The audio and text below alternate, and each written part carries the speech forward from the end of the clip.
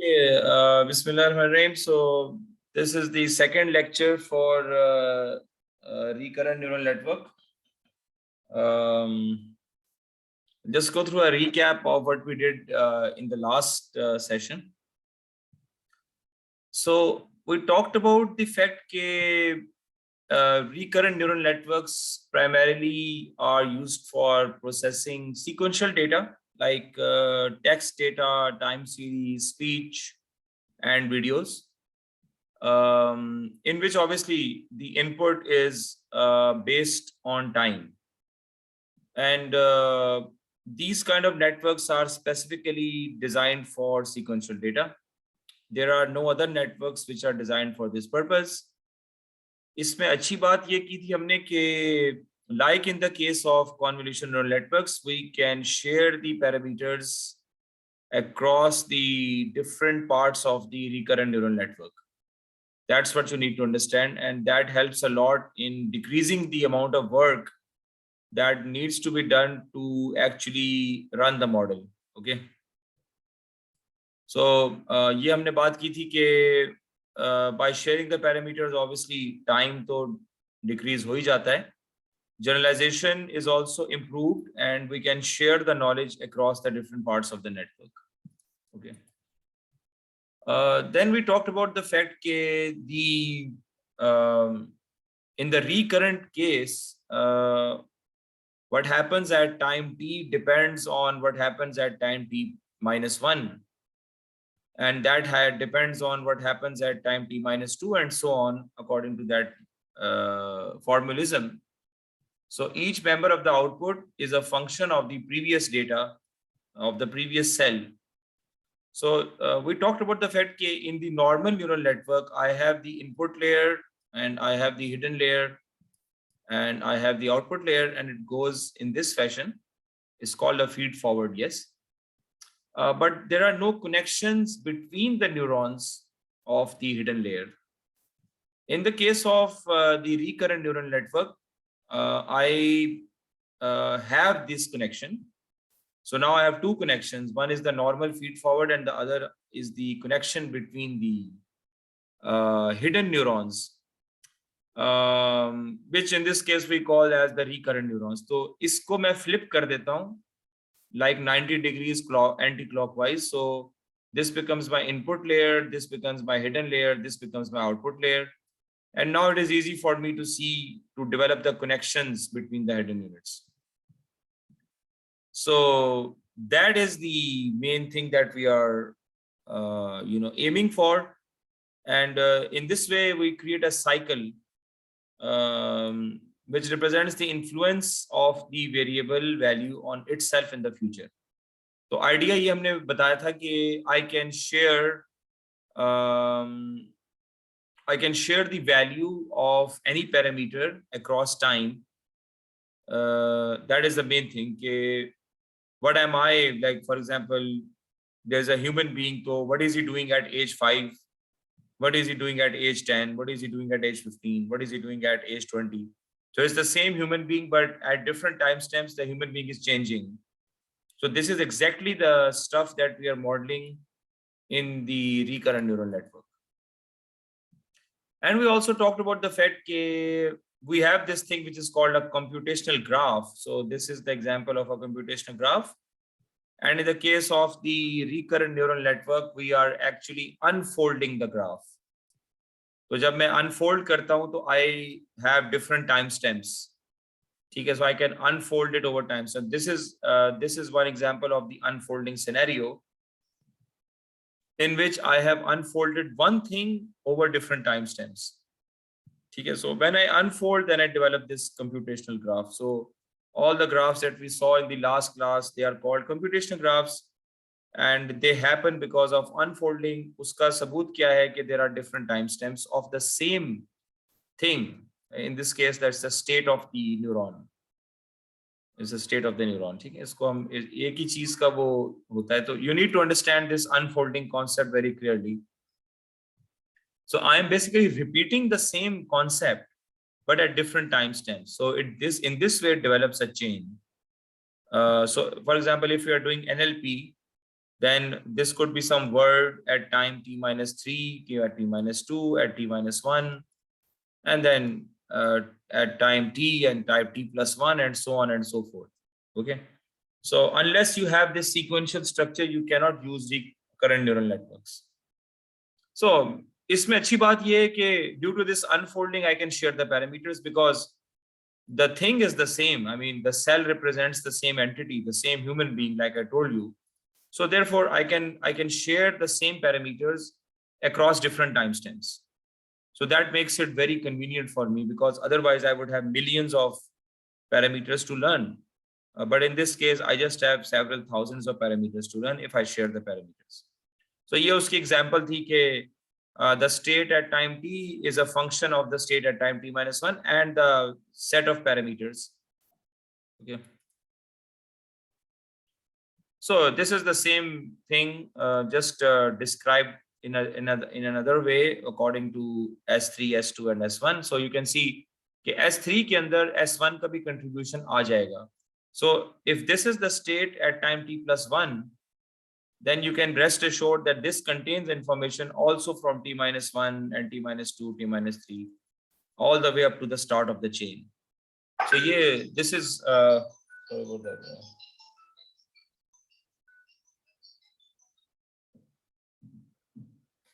Yeah, so this is one of the best things that can happen. Otherwise, as you know, in the case of the time series, जिन्होंने मेरे साथ ML1 पढ़ा है, in the case of ARIMA models, you know, I just find out the lags. I mean, like through the ACF and PACF, autocorrelation and partial autocorrelation functions, हम ये निकालने की कोशिश करते हैं कि कितने लैग के ऊपर जो है वो current timestamp का relationship है. So we try to find out the lag which is related to the current timestamp. Typically, it is lag 1, 2, 3, 4, 5, just that. Lekin there is no guarantee that ARIMA is going to save the state right from the beginning. Okay, so therefore, this is the reason that recurrent neural networks have shown a good performance over ARIMA in many situations. Although still you cannot generalize. So this is the same thing. So now we are developing the system. So this is unfolded, this is folded, and this is all unfolded. So you can see that here there is no concept of time, while here we have the concept of time. Okay. So अब हम layers बनाना शुरू कर रहे हैं, right? So this is the input layer. Now there are questions regarding how to make the input layer. So you will get clear about that in the hands-on exercises. मैं अभी आपको नहीं समझा सकता, ठीक है? कि how to select the input size. I mean, when to predict and when not to predict. So we'll see how that happens, inshallah. Okay. So now it's the same thing. I just told you that we invert the normal feed-forward network. So this is the input layer. So I'll just put the I here, and this is the hidden layer, which is called the recurrent layer. Or again, recurrent neural network is a general concept. So we can have different types of recurrent networks, like for example, gated recurrent unit, LSTM, Biodirection Lstm, attention-based networks, blah blah blah. जिस पे वो transformers आजकल बहुत ज़्यादा मशहूर हुए हैं. That is based on the attention mechanism, but we'll deal with them later on. So the different RNNs will define the dynamics of the recurrent network. Okay. But right now, this is pretty simple to understand. I hope none of you have a problem over this. All the things are shared. You can see the function is the same. So if the function is the same, that means I'm sharing the parameters. That's it. As simple as that. Okay. So it's pretty much the same thing here. Nothing different. RNN is required to predict the future from the past. So it uses HT as a lossy summary of the relevant part of the past sequence of inputs up to T. जाहिर सी बात है lossy summary तो होगी क्योंकि I can't expect it to remember everything that has happened in the past. It will only remember a portion of everything that happened, let's say 5 minutes ago, 10 minutes ago, 15 minutes ago, 20 minutes ago, 25 minutes ago, 30 minutes ago. So उसका एक portion याद रखेगा because of the way this thing is working. Okay, so it is possible that in the case of when I apply the back propagation on this model, then the gradients will start to vanish. So yeah, so if the gradients start to vanish, then I cannot guarantee that this ht plus 1 is going to remember everything from ht and ht minus 1, ht minus 2. I cannot give that guarantee. So that's why उन्होंने ये कहा है कि lossy summary होती है, but it is still better than the traditional NLP models or the traditional ARIMA models. ठीक है?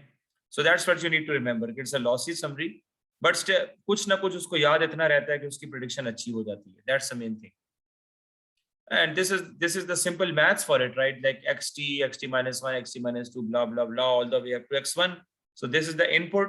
अब आप देख रहे हैं कि input के ऊपर मेरा function क्या है, g, और ht पे मेरा function क्या है, f. Now we are, अब हम इसको change कर रहे हैं, like, because why this is happening? This is happening because of the fact that I am now adding layers.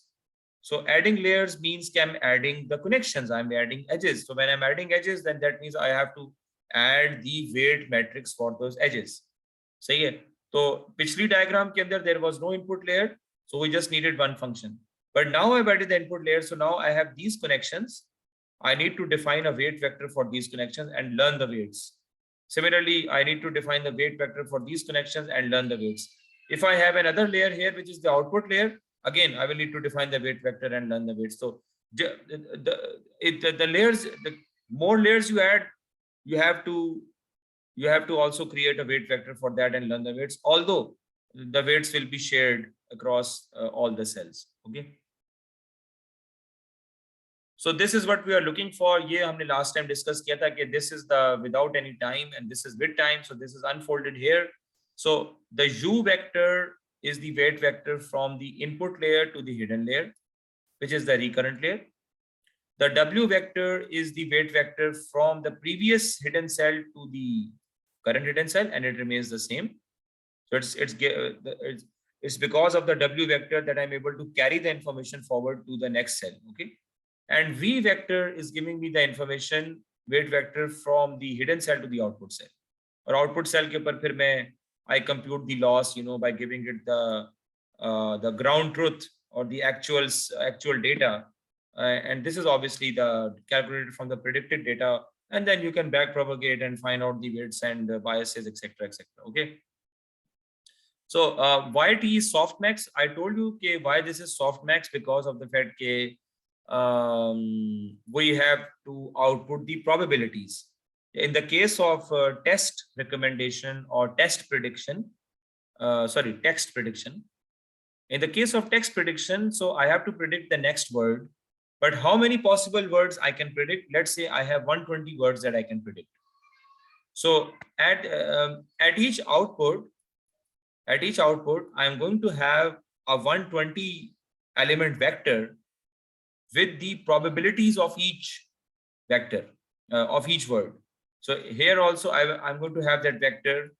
Here also I'm going to have that vector. Here also I'm going to have that vector. जो कि आपको probabilities बताएगा उनमें से हर 120 words की. और obviously अब आप खुद समझ सकते हैं कि भाई as the time goes on forward, ठीक है, तो the system is going to learn more and more. जितने words आप उसको देंगे उतना ही वो सीखता चला जाएगा. So it is expected that the loss is going to reduce, and some of the words are going to get more probabilistic as compared to the other words. So I'm outputting a probability distribution here, and at every output time cell. ठीक है? So आपको ये चीज याद रखने की जरूरत होगी, please, while designing the recurrent neural network. This is not the normal scenario that I am outputting everything at each cell. So typically what we have is we give input for some time, let's say T1, T2, T3. हम उसको अपने we break up our data into timestamps. For example, I will say कि 3 observations of time or IoT sensors form one reading. Okay, so I will have 3 input neurons at 3 input neurons giving, like, for example, 0, 1, 2. तो 0, 1, 2 पे जो reading है वो मैं तीनों पे दूंगा, and then I'm going to predict the third. So in that case, I'm just going to have the output here. So please keep that in mind. Oh my God. So let's say I keep the input vector as this. I'm going to use 3 readings at timestamp 0, 1, 2, and I'm going to put 0 reading here, 1 reading here, 2 reading here. but the output neuron is just going to be one. ठीक है, तो this output is not going to be there, this output is not going to be, ये आपको सिर्फ समझाने के लिए बताया. This is the output that is going to be there, and this is going to predict the third element value or the third value, the value at the third timestamp. हम उसकी training इस तरह से करेंगे, ठीक है.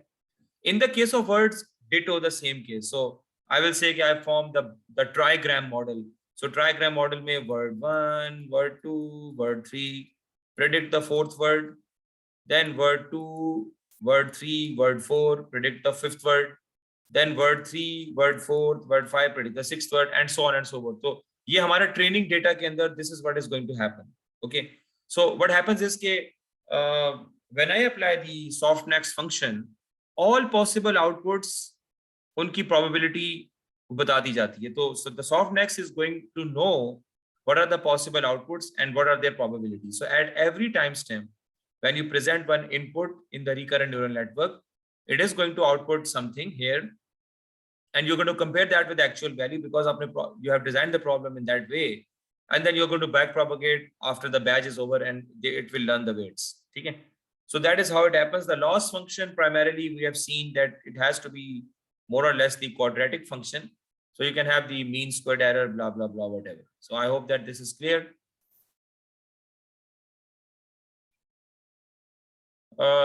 So this is the first type of recurrent neural network. The second type of recurrent neural network में ये था कि we can pass another signal.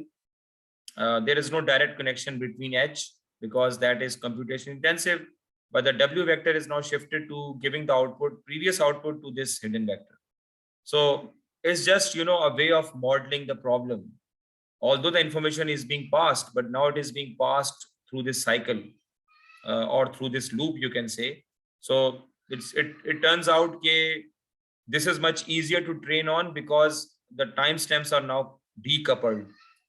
So the time values is decoupled now. So I can update each line here independently in parallel, which was not possible in this case because I cannot update the parameters for HT-1 until I update the parameters for HT, and I can't do it here until I update the parameter for this one. So the back propagation is very, very slow because I have to wait for everything to finish here before I can go here. Okay, but when I have the second RNN here, so in this case, the best part is that you know, I can remove this W connection and then replace that by this connection, and that makes it easy for me to decouple everything, and then I learn the weights for each in sequential because there is no coupling up between the layers like that. So yeah, basically it's like a normal neural network now because there is no connection between the you know, there's just one sparse connection now. There's no connection directly between the hidden layers. So that eases things very much. Okay. Obviously, इसके नुकसानात ये हैं कि it is limited, can only pass specific information of the output to the input. This line is very strong because I'm passing all the previous information directly to the next timestamp. Here I'm going through this loop, so there's a loss of information in there. So obviously your accuracy can be compromised with this model. And this is what we typically use. Like this is the third model that we typically use, which I explained to you. Okay, this is basically the input that I'm generating. So I do have the input like 2, 3, 4, 5 level input. I could have even more. So this आप कह सकते हैं कि भाई ये क्यों? But you should ask me this question. Okay, let's say I have this time series. Okay, so this is the time stamp and this is the value. Okay, so you will say कि आप ऐसा क्यों करें? Why not do it like this? Okay, okay, this is the first value. Based on the first value, predict the second. Based on the second value, predict the third. Based on the third, predict the fourth. Why you are taking 3 or 4? Because I told you that this is what we need for the warm-up period. सही है. So ये वाली example है जो मैं आपको बताना चाह रहा हूँ कि you have to give something as a warm-up here. This can be labeled as the warm-up data because you have to allow the system to train. Like you got still thousands of parameters. अगर आप if you start training on one output, one input, one output, one input, one output, then it is going to grow very, very complicated in convergence. सही है. So that's not the way to go about it. So you need to have a warm-up period. So this is the warm-up period. So in this case, for example, you can define 23 timestamps as the warm-up period. So in the first case, the first 23 timestamps will go in, and then it will print the 24th. Then the next 23 and 25th, then the next 23 and 26th, and so on and so forth, all the way up to the end. Okay, so keep this in mind. You have to define a sequence. It's just not ke ek element ke upar agla element predict kiya ja raha hai. That is not how it normally goes. Okay, just keep that in mind. And no, this is pretty simple now because the equations I discussed last time with you guys as well. So in this case, I told you we have three weight vectors. UVW I've already explained to you. Okay, there are two biases. One is the bias at the hidden layer, which is the recurrent layer, and one is the bias at the output layer, where the activations are being applied. Okay, so the activations are being applied at the hidden layer, HT. So that is the bias there, which is B, and the other bias is being applied at the output layer, in which we are using the vector V. So I got three weight matrices, and I got two biases that I have to learn. So these are the parameters that I have to learn. And yeah, so these are the parameters jinki value humne estimate karni hai using stochastic gradient descent. Okay, so that's what we have to do. But the problem is ke in this case we have to change our strategy a bit. Okay, the chain rule will still be applied. The chain rule will still be applied, and it is going to be applied in such a way to facilitate the back propagation process. Okay, so just keep this in mind ke ab dekhen ke ye aapko pata hona chahiye kya ho raha hai is the activation of the hidden layer, right? So what is happening here? B, this is then B plus W into HT minus 1. Obviously W is here, so HT minus 1 is here. So okay, let's do it here. Okay, so W into HT minus 1, and obviously it's the same B here as for the next cell, plus obviously U is also there, U into XT. Okay, so this is what is activation coming out of HT. Okay, and then I put this activation to the hyperbolic tangent function to give me the actual HT value, which is this value which is here, and I use this value multiplied by V to calculate the output. Obviously in the output, you know that I have to apply C as well. You know, aapko pata hi hai na ke that's the bias there. So whenever we have this sort of activation thing, so then I have to, and I put the output in the softmax to find out the probability vector, and that gives me the predicted value. I compare that with the ground truth, find out the loss, and then back propagate. That's it. Okay. So these equations are pretty simple to remember. There's nothing complicated about it. Okay, so we have already seen this. Yeah, so this model, I told you that this model does not work. So you already always have a warm-up period. Okay, and this is the yeah, so this is the prediction that we want after a warm-up period, and these are the equations that we already wrote. If someone insists on this model, then you got to add up the predictions to this point. The loss, sorry, these losses, then you have to sum up together to find out the total loss at this point, because you have to define a place, have to define a timestamp jahan par aapka loss computation start hogi. I told you that in the case of recurrent neural networks, it is not easy to do things in parallel unless I have the connection this one, which we don't have typically. Otherwise, it's not going to learn that much. So we don't have that case here. Okay, so it will take time. So I have to wait for this layer to finish before I can do update the parameters at this layer. Okay, so therefore we have to define some point, some timestamp at which the process will start. So the process will start at, say, here. So sequence, without defining the sequence, it's not easy to envision that. Although you could have the same thing at the single timestamp as well, but it is better to give a warm-up period. Okay, so let's see how this work starts. So ये मैंने basic लिखा हुआ है कि I just asked you a question कि I told you last time about the likelihood function. So the concept of likelihood क्या है कि what are the values of these parameters that are going to make this output most likely. That is what we have to find out, right? And that can be done using maximum likelihood estimation.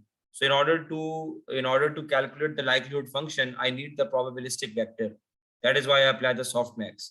So therefore, this probability can be calculated by using this probabilistic vector, which is given by the softmax function. Based on that, I can estimate the likelihood function. Okay.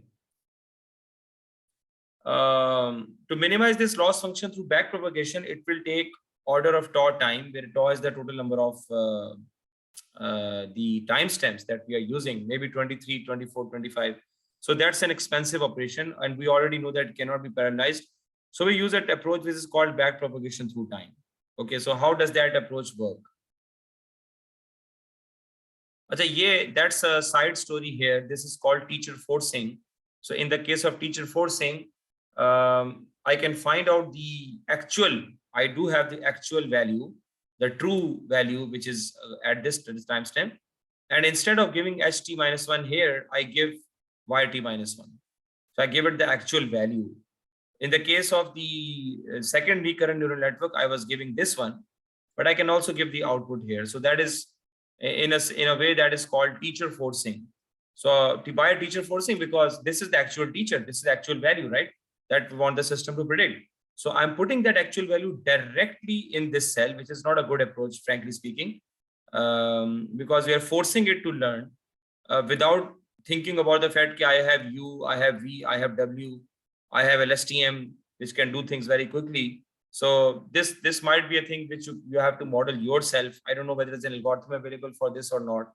So, but I think you will have to write your own recurrent neural network to implement teacher forcing if you want. It's just for your own knowledge that we can do different things with deep learning. Okay.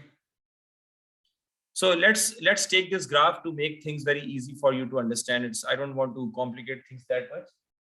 So in this case, we already know that we cannot learn the function without the chain rule, right? So chain rule ke bagair the function cannot be learned.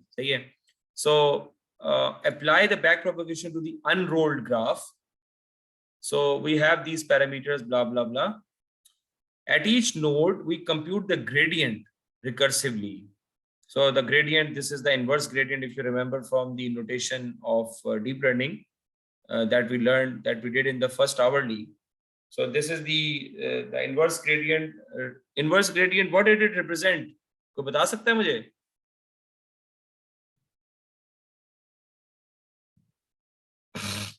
Ji.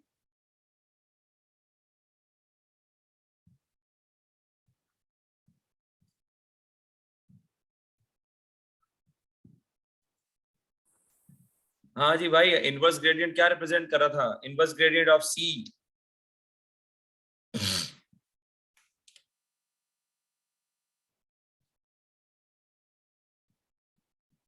Nobody. Partial derivative था जो हमारे पास back propagation में इस्तेमाल हो रहा था. Yeah, but what about delta C? Yeah, so it was basically the partial derivative, I think, of the loss with respect to the activation function or something like that. Yeah. So it represents basically the partial derivative. अब वो कौन सा होगा वो हम देखते हैं, ठीक है? So now we have to start writing the chain rule equations. You have to listen to me carefully to understand. Okay? So this is what we are targeting. We are targeting the cell which is HT, and we have computed the loss, and now we want to backpropagate and update the values for U, V, W, C, and B. That's what we need to do. Okay.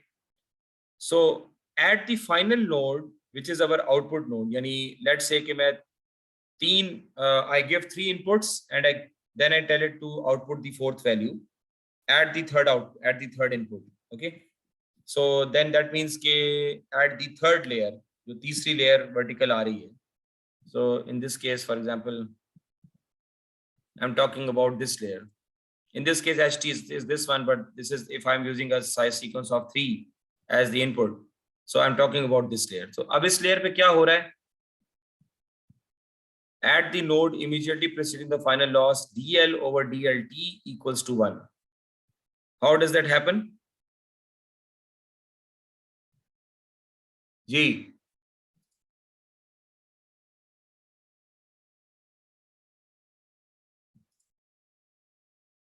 So I have the loss function here. ठीक है, which is the total loss that I compute, which is L. And if I derivate that with respect to the loss at this particular timestamp, so it is going to do that. I'm just going to get the value 1 because of the fact that what I've done here, I have not initialized these neurons. I have just used this neuron. Okay, मैंने सिर्फ ये neuron इस्तेमाल किया है, which is primarily summing up the loss this, but I'm actually computing the loss only at this particular timestamp. So that is why DL over DLT equals to 1, जो पिछली slide में रखा हुआ था. ठीक है, अब what I do, ये बात समझ में आ गई सबको? Is this thing clear? Sir इसके अंदर यानी कि ये है क्योंकि हम सिर्फ लास्ट लेयर के लॉस को कंसीडर कर रहे हैं, तो उसके अगेंस्ट जब हम डेरिवेटिव लेंगे तो वो 1 हो जाएगा. हाँ, क्योंकि मैं ये बता रहा हूँ ना कि ये दो नोड्स तो होते ही नहीं है ना when you have a warm up time. ठीक है, so if someone wants to use them, they can use it, but the point is कि I am going to start computing the gradients only from here. That is the main thing, because I have to give a warm up period, otherwise the system is not going to train properly. ठीक है, so मुझे एक time stamp define करना है जहां से मेरा काम स्टार्ट होगा. I can't start it everywhere, right? So in this case, the problem design requires me to input 3 sequences and then get the 4th one as the output. So I'm going to start from here. I assume that at every क्या कहते हैं उसको, every training instance consists of 3 things over 3 different timestamps. That is the main thing. ठीक है? So in this case, I am computing the loss only here. If these neurons exist, I will not compute the loss here. I will not compute the loss here. So I am computing the loss at LT plus 1. So DL over DLT plus 1 equals to 1. क्योंकि मैंने loss ही वहाँ compute किया है. So L, even though it is the complete loss, but it is actually LT plus 1 because the loss is only computed at T plus 1. So therefore DL over DLT plus 1 is equals to 1. It's the same loss. ठीक है? Now the main thing is के how to, I have 2 things. One is the internal node. Internal node मेरे पास कौन से हैं? Only 2, the output node and the hidden node. So these are the internal nodes, output node and the hidden node. First, I calculate the gradients at these internal nodes. Then I use these values to update the parameter nodes, which are C, B, U, V, W. Okay.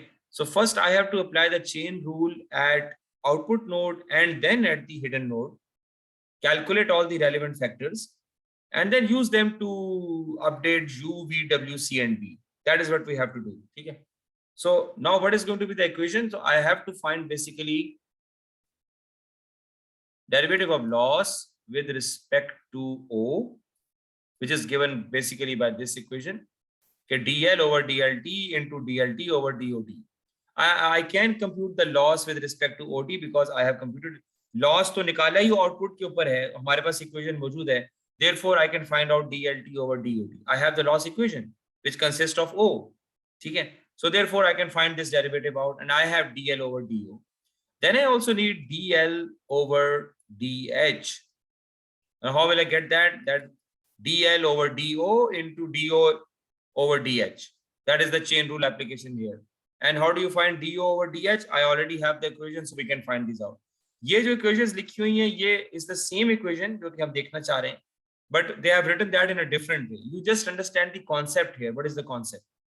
The derivative of loss with respect to the loss at this particular timestamp is simply 1 because I am computing the loss only at T plus 1 because I have a warm-up sequence of 3 at each instance that I present. So every training instance consists of 3 timestamps. Okay, so therefore this is not L, this is actually LT plus 1. अच्छा, अगर आप कहें कि नहीं भाई मैं तो loss यहाँ भी कंप्यूट कर रहा हूँ, तो भाई मसला ये है कि आप बेशक यहाँ कंप्यूट कर लें, लेकिन आपको इवेंचुअली लॉस 1 और लॉस 2 को you will have to add this to the loss here, and then that will become the total loss, and the derivation is going to start only from here. That is the thing that you guys need to understand, only from here. So therefore, DL is not DL, but it is actually only DLT plus 1. If I derivative that with respect to DLT plus 1, that is equal to 1. So first I find out dl over do. To find out dl over do, I have this formula. And then I find dl over dh. dl over dh equals to dl over do into do over dh. And I can find those derivatives out to find out dl over dh. Okay. So once I have these parameters, then I have the things in my head to compute dl over dc, dl over, this is what it means. dl over dc is this one. The negative gradient है, this means dl over dc, because until I have this, I will never be able to update the bias. Similarly, this means dl over db. So dl over dc का किस तरह निकालेंगे? dl over dc equals to dl over dlt into dlt divided by do multiplied by do over dc. That's it. ये तीन आ जाएंगे. So this is the summation d over dc over across the time. We are summing up here because of the fact that this thing contains everything that comes from the back. आपको बात समझ में नहीं आई मेरा ख्याल में. Like I told you here, I am summing up the loss here at t plus 1 by using the losses at each of the previous timestamps. Similarly, the gradient that I'm computing here basically can be achieved by summing up the gradients across all the previous timestamps. That is what we need to understand. Okay, it sums up over the time. Because why summing up? Because we have unfolded. हमने उसको unfold किया है. So therefore we have a right to, because this is what this is the real thing that I'm worried about, not this one. To solve this, I have unfolded across the time, and therefore I can sum up everything. So if I have to find out the total derivative of loss with respect to C, and मैं क्यों ये बात कर रहा हूँ? Because I'm sharing C across the whole network. So just give me one figure. What is DL over DC? So that is DOT over DC across all the previous timestamp. I sum them up, multiplied by this factor, which comes from losses. क्या कह रहे हैं? Losses? आपकी आवाज cut रही है यार. Losses को सम करने की बात कर रहे हैं ना हम यहाँ पर. जी जी जी जी जी जी जी. वैसे तो हम उसको देखें एवरेज नहीं हो सकता. मैं ही तो आपको कह रहा हूं कि there is always going to be a warm up period. Why do you want average? उस वक्त होगा if every entity is important for me. यानी अगर मैं कहता हूं कि a single timestamp will be used to predict the next timestamp. In that case, I can take the average. ठीक है? But what I'm saying is that I will use three values. I will use three rows of the training data, which are divided over different times, right? T0, T1, T2, and then make a prediction for the fourth. So T0, T1, T2 is basically the same thing. Therefore, I have to sum up the losses there. I can't average it. They are, because they are atomic. समझ में आ रही है? 0, 1, 2 atomic है, 1, 2, 3 atomic है, 2, 3, 4 atomic चीज है, 3, 4, 5 atomic चीज है. There is no averaging. It's just one thing. Therefore, I have to sum up. So similarly, I will have to sum up over all the things. सही है? So in this case, what you should be able to understand is that you should be able to find out the equations. So dl over dc equals to dl over dlt into dlt divided by dot into dot over dc. I can define this because of the equation I have, and I can sum them up over every here. देखें, असल में ये कहना ये चाह रहा है कि you will do the back propagation, ठीक है? You will find these gradients across the different time, but when you update the weights, you have to sum them up because they are unfolded sequences. So you have to sum up the partial derivatives dl over dc across all the times, and then use that to update c, because c is just one thing being shared across the different times. c एक ही parameter है. अगर यहाँ पे c कुछ और होता, c1 होता, c2 होता, then I will never be able to sum this up because they are different parameters. But I am summing them up because it is the same parameter which is basically flowing across the time. So therefore, I can sum up the gradients that have been discovered through one backpropagation pass and use them to update the C once. I don't have to update the C at each timestamp. I will update the C only once after summing up all the DL over DC that I have found out over the different timestamps. ठीक है भाई, समझ में आ रही है?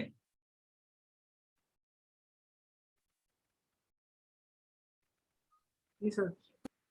हाँ, ये चीज आपको समझ में, बहरहाल चलें, थोड़ा सा आप बस इसको लेने.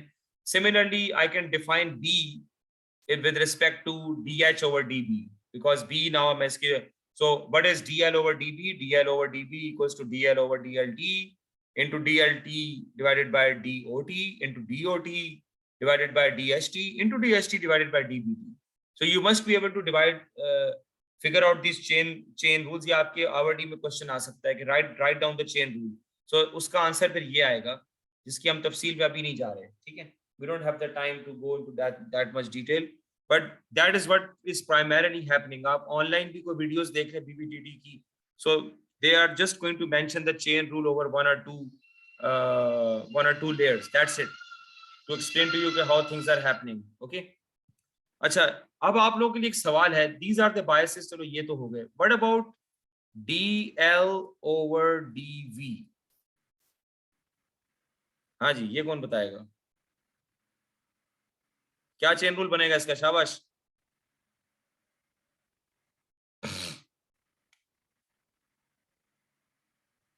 जी भाई जल्दी, टाइम नहीं है आज.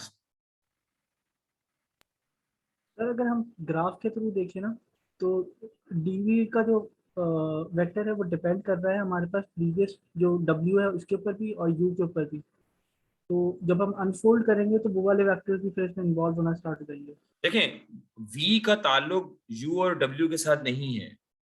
v का ताल्लुक सिर्फ आउटपुट लेयर के साथ है. that's the main thing. The v is only related to the output layer from the hidden layer. So these are a set of connections here. So v has nothing to do with that point. So dl over dv equals to dl over dlt into dlt over dot into dot divided by dvt. That is it. Because I can represent o in terms of v. कहाँ लिखा हुआ है? This here, ot equals to c plus vht. So I can represent o in terms of v, right? I can find out dot over dht. I can find out dot over dv अगर मुझे उसकी जरूरत पड़े. सही है.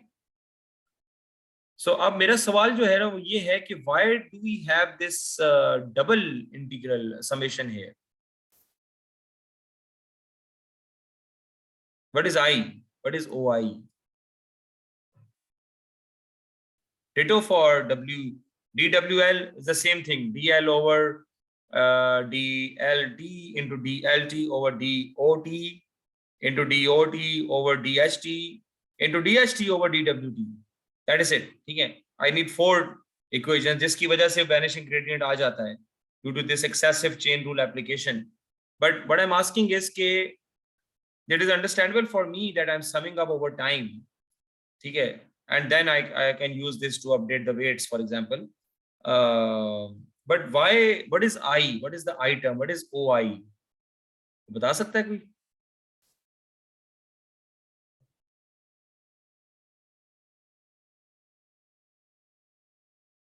In order to update the V weight vector, I am summing up over time. That is understandable. I am also summing up over I. So at each timestamp, I am also doing another summation. So I'm doing a summation over I here. I'm doing a summation over I here. I'm doing a summation over I here. What is I? What do you mean by OI?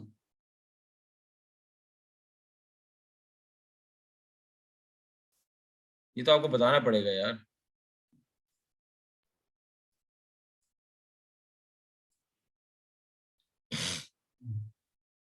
Ji. Sir output neuron के ऊपर iterate कर रहे हैं, यानी कि हमारे पास obviously एक neuron तो नहीं होगा, इसके अगेंस्ट मल्टीपल न्यूरॉन होंगे, तो हर न्यूरॉन के ऊपर सेपरेट ही करेंगे जो कि सेपरेट आउटपुट को, या अगर एनएलपी के अंदर बात कर रहे हैं तो सेपरेट वर्ड को represent.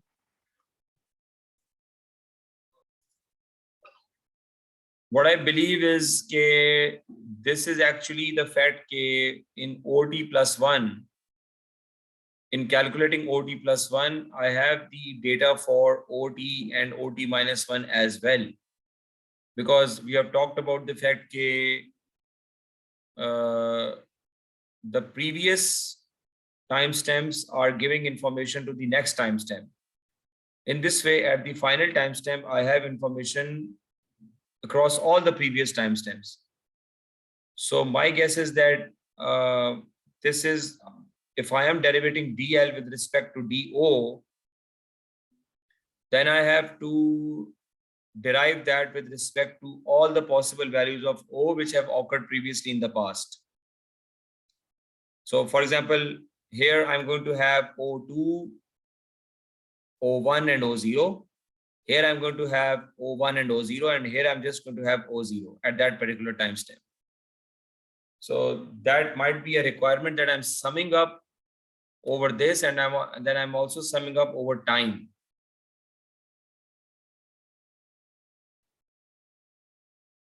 So because the value of O is different for each of the previous cases. Output तो चेंज हो रहा है ना, ठीक है, तो मे बी हमारे पास ये ना हो because we are not actually assuming that this exists. If we assume that this does not exist, then all the things that is happening is happening through here. So at each timestamp, I have to find out the derivative of loss with respect to O, with respect to each O which is existing at this point. सही है? Or I will have to sum up the same over time. So at this point I calculate something. At this point I calculate something. At this point I calculate something. Or every time I calculate something, I have to sum up over all the values of O which have existed previously. And then I sum up all these three things together. This one, and this one. That's the summing up over time. And I is the summing up over the different O that are existing at this particular point. So yeah, so that is back propagation through time. Similarly, W के अंदर I have to use the same double summation, and similarly for U. So it turns out that when I am updating the weight matrices, then I have to actually sum up over the parameter nodes over all the previous timestamps, because O and H are parameter nodes. So I'm using O in estimating delta V, and I'm using H in estimating delta W, and again I'm using H in estimating delta U, because U and W are related to H and V is related to O. So we have to keep this thing in mind that in backpropagation through time, I have to find out the derivative with respect to all the previous values of the output or the hidden cell that is existing at this particular time. Okay, so that is going to give me one value when I do that. And then I do the same for here, I do the same for it, and then I sum up all these three up to get out the final value. So ये आपको algorithm, you will have to listen to the video again probably to understand what I've said, but I don't think so that it's going to be very difficult if you listen to these words 2 or 3 times. ठीक है? So it's a double game basically in order to estimate the ideal values for the weight vectors. We have to find out the derivative with respect to the loss of the parameter node, which is either O or H, with respect to each value of the parameter node that has existed previously. Okay? At that particular point. So if I am here t plus 1, so what was the value of OT and OT minus 1 at this point? So I have to derive with respect to that as well. And then I just sum them up. Similarly, do the same here, and then I got 3 values. I just sum them up over time to find out the actual delta VL. So that's what you need to keep in mind. You have to do a double summation here, and that is essentially back propagation through time. I am summing up over time because I've unfolded the same thing over time intervals. Therefore, I have to sum them up. Even in the case of bias, I sum it up. And in the case of V, W, and U, I have to do a double summation. सही है भाई?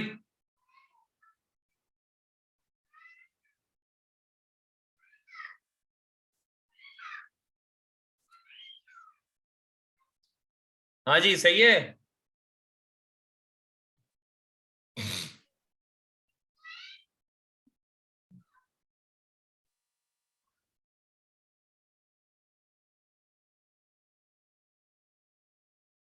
कहाँ गए भाई सारे? तो यहीं पर रिव्यू कर रहे हैं थोड़ा सा। आपके पास स्लाइड्स तो नहीं है ना ये? नहीं सर, आपकी स्क्रीन पे ही देख के हाँ रिव्यू सर। कर रहे हैं। It's a bit complicated, but you have to understand the chain rule. That is the most important thing. And the other thing that you have to realize is the fact that you have to sum up over time to find out the partial derivatives, because I have to find out dl over d c b u v w. I have to find out these 5 partial derivatives to update the parameters. I can find each one of them using the weight, क्या कहते हैं, using the क्या कहते हैं, back propagation, right? So I can find out each one of them using the chain rule. But one extra thing that we're doing here is that we are summing up over time to update each parameter. That is the main thing that you need to understand. So because the parameters are being shared, so I have to sum up. So I will find out, let's say dc over dl here. I will also find out here. I will also find out here. But I'm going to sum them up to get a single value. And I'm going to use that single value to update c, because c is a single parameter. Similarly, I'm going to have dl over db here, dl over db here, dl over db here. But then I'm going to sum them up to get a single value. And I'm going to use that single value to update the value of b, because it's the same parameter. Ditto use case for del w, v, and u. The only thing is that in the case of weight matrices, I take the other dimension as well. The first dimension is the normal time dimension that I'm taking. But in the case of the weight matrices, हम ये assume करते हैं कि पिछले time stamp के ऊपर जो भी इंफॉर्मेशन है वो आपके पास पड़ी हुई है, और पिछले वाला assume करता है कि उससे पिछले में जो भी है वो आपके पास पड़ी हुई है. So in that means कि when you are at OT plus 1, you got information for OT as well as for OT minus 1. I can write the equation that way, right? So therefore, I will be able to find out the derivative dl over dv, in which I will use do2, do1, and do0. Similarly, if I find out the derivative dl over dv at OT, I will be able to find out the information dl over do1 and dl over do0. All the previous values that I have there, they are being feed forwarded. So in the case of weight matrices, I have to see which parameter node is being propagated, and I have to derivate over each value of that parameter across all the previous timestamps. ठीक है? So अभी जो आपके सामने equation लिखी है वो बहुत जनरलाइज करके लिखी हुई है. I will just tell you the concept because we frankly do not have the time to do this in minute detail. We have already done that in the previous, in the first example. Here you just have to understand how the backpropagation works. So yeah, so these are the two things you need to keep in mind. If there is a confusion, then just listen to the video again or just ask me. Okay, just a 2-minute break. Okay, just 2 minutes. Okay, so this is the animation. Yeah, that means basically the flow from one direction to the other. So this is the bidirectional use case, in fact. Okay, the LSTMs, they are able to deal with the vanishing gradient problem. So yeah, how they're able to deal, we'll have to understand that very thoroughly. But the problem is they can still suffer from the exploding gradient problem. So the gradients can grow out of control during backpropagation. So they might explode into unknown territories. It is insensitive to gap length. So gap length means the warm-up period. It can be 10 timestamps, 13, 14, 20, 23, 50, 60. It is insensitive to that. So hence, it is very much applicable for time series data. Because in time series data, you never know what is the ideal gap length. That is the reason. Okay? In the case of LSTM, I have used the concept of gates. Maybe some of you have already seen the videos of LSTM. So I have 3 gates. One is called the forget gate. The other is called the output gate, and the third is called the input gate, right? And there is another thing which is called C, which is the cell state. That's a new concept that we have introduced. So we'll see how that happens. Why do I have the gates? Because I want to control the flow of information into and out of the LSTM cell. So LSTMs were designed to deal with this problem. So therefore, one of the ways we can deal with this problem is to have a sentry or a policeman. So these 3 are policemen basically. So they will decide the recurrent neural network cell or the LSTM cell, what goes in and what comes out. So they will make the decision. Okay. Uske साथ we have also included this cell state, which we represent by the symbol C. It's a separate thing that is coming across the whole network. If the derivative of the activation function which is used in the chain rule is less than 1, then the gradient will vanish.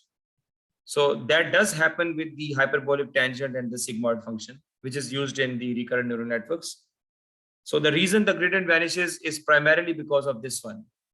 You remember, we have to derivate the activation function as well in the chain rule.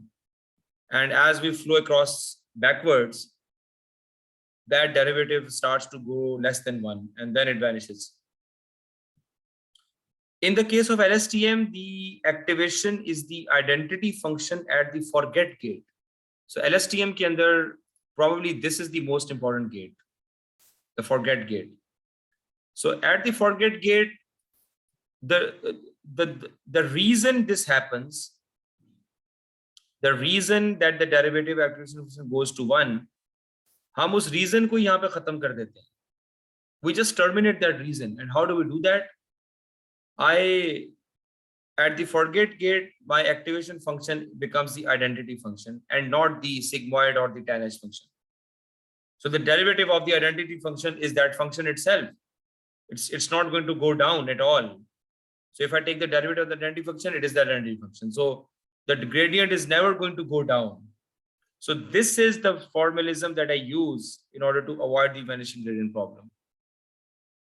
So it remains very close to 1. और वो किस तरह हम करते हैं? We use addition. Chain rule में तो ये multiply this by this, multiply this by this, this by this, this by this. So it keeps on getting smaller and smaller and smaller. But in the case of LSTM, at the forget gate in the activation, I compute the output by using the plus sign.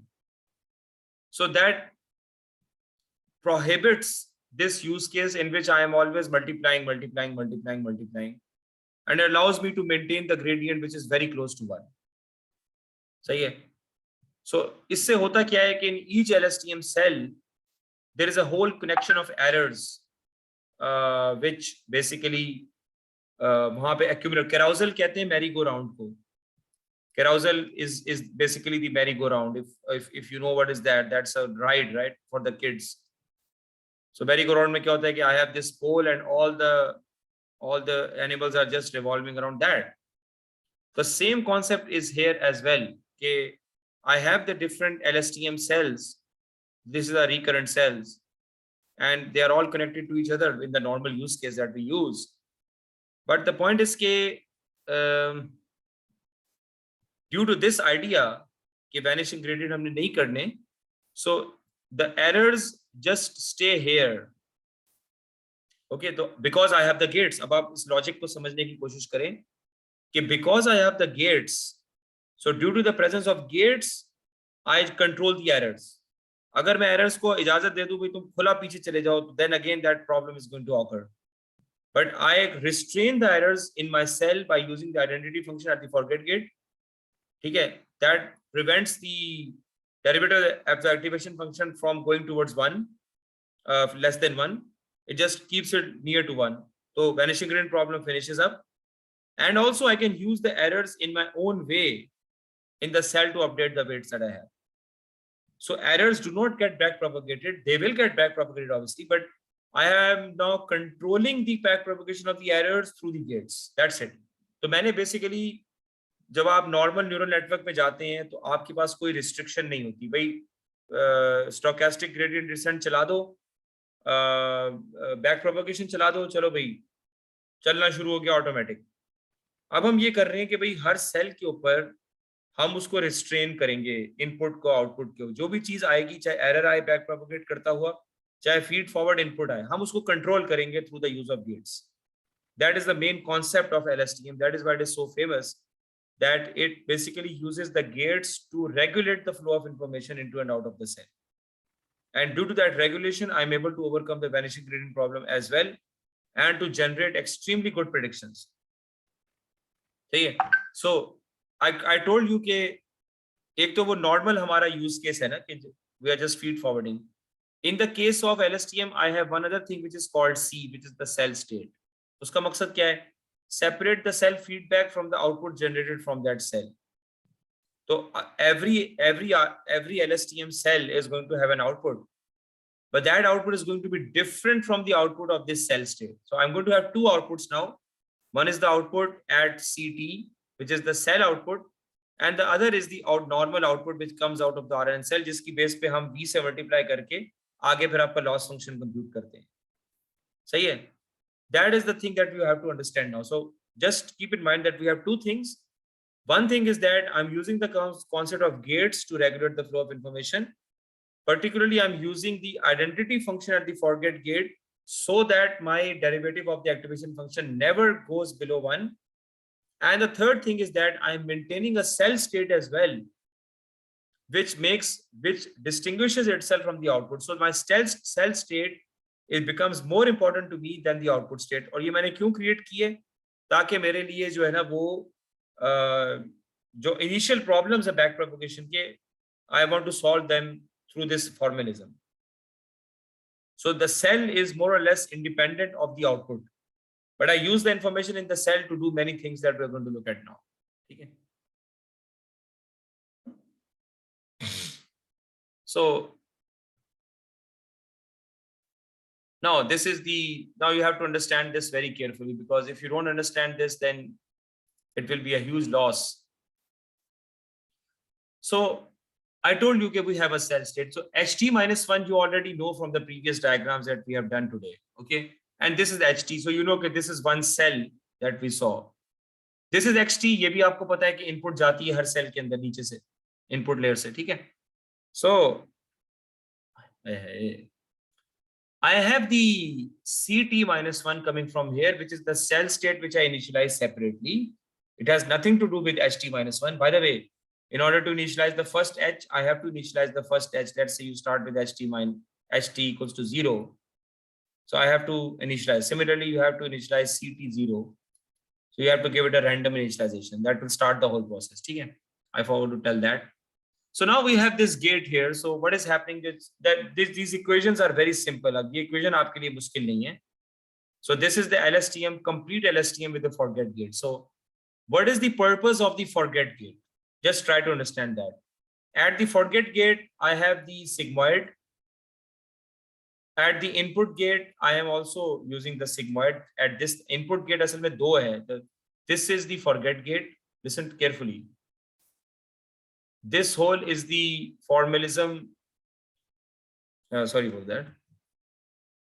This whole is the formalism for the input gate, and this whole is the formalism for the output gate. So at the output gate,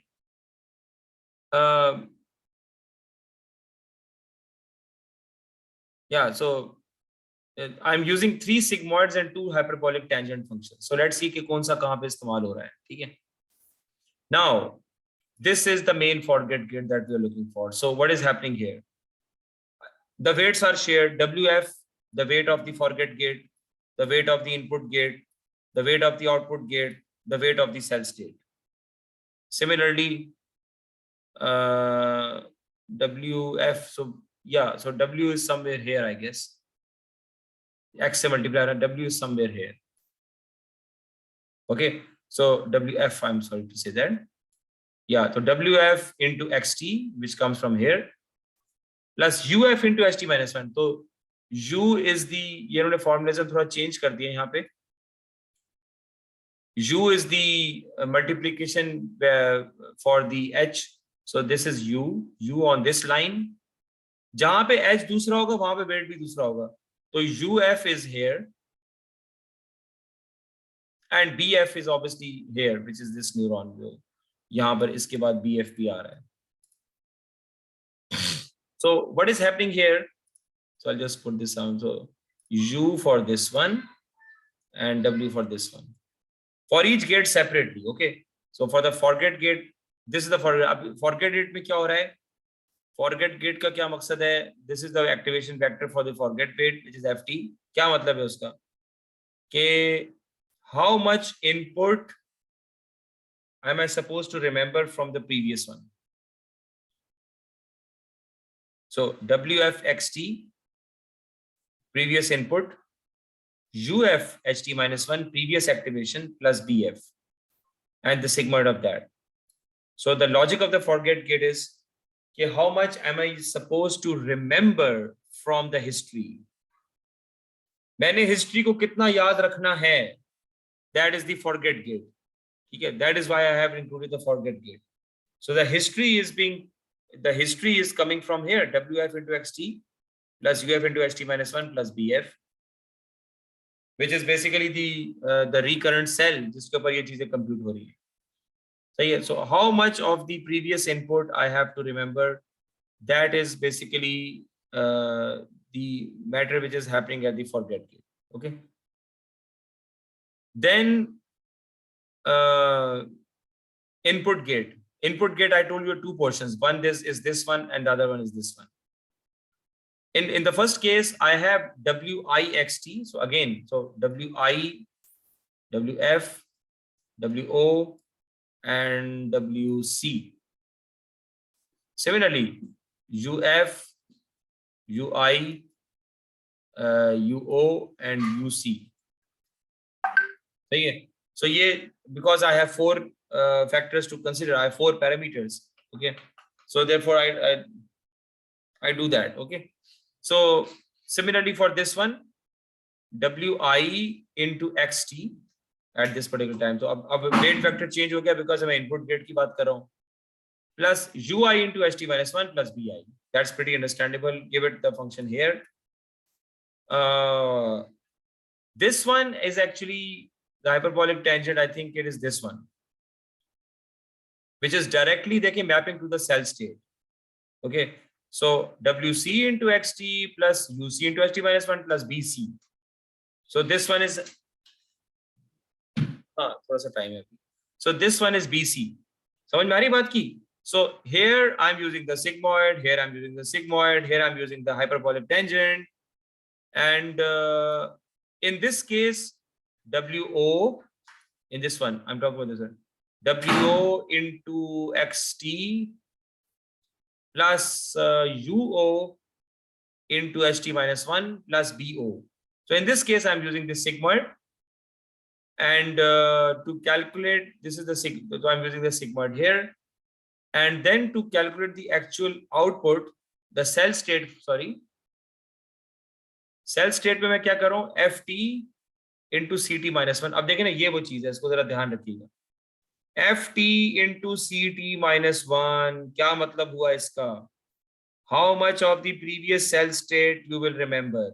That depends on the value of FT in computing the current cell state. And obviously, it depends also on the current value of the input gate, Hamada product with the C-T, where C-T is basically the calculation for the cell state. So input into the cell state plus पुरानी कितनी याद रखनी है. So this is my current cell state, in which obviously जो भी input आया उसके हिसाब से cell state तो change होगी ना. So that is C tilde T, क्योंकि जो भी नया input आ रहा है उसके हिसाब से cell state change हो रही है. Therefore मैंने उसका दोनों का आपस में product दे दिया है. ठीक है.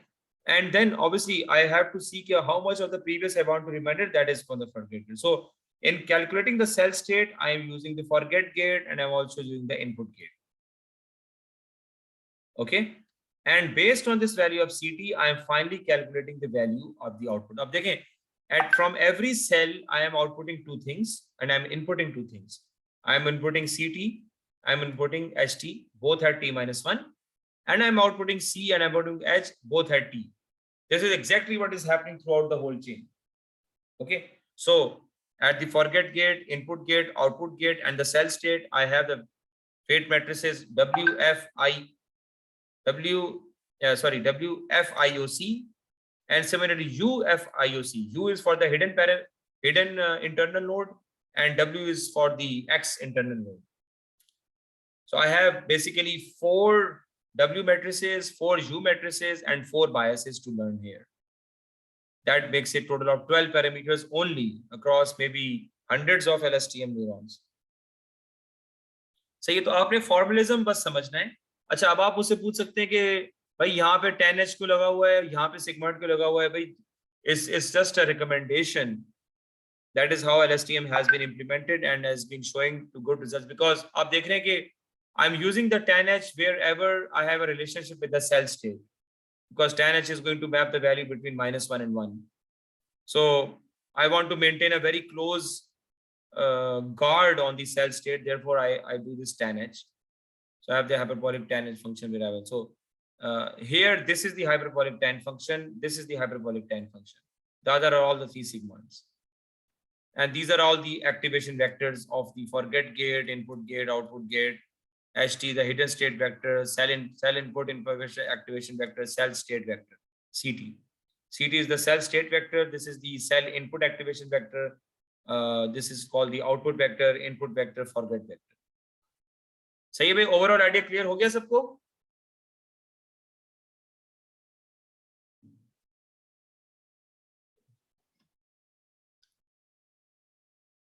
हाँ, ये मुश्किल काम है भाई, ये आसान नहीं है इसको. अच्छा, peep hole connections. अच्छा, this was proposed by Schmidt-Huber and his, I think, student, मुझे उसका नाम भूल गया. I think around 1997. No, not 1997. पता नहीं, I forgot के कौन से साल में उन्होंने propose किया था. बहरहाल, ये basically was discovered in the Switzerland.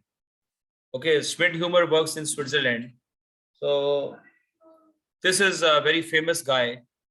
और जो हमारी deep learning community यहाँ पर है अमेरिका में, that is Bengio and all those guys, Geoffrey Hinton, Bengio, and this guy who invented the GANs, what's his name here? Goodfellow. So they have their own community, and this guy has his own community, but LSTM has been a really good success. Okay.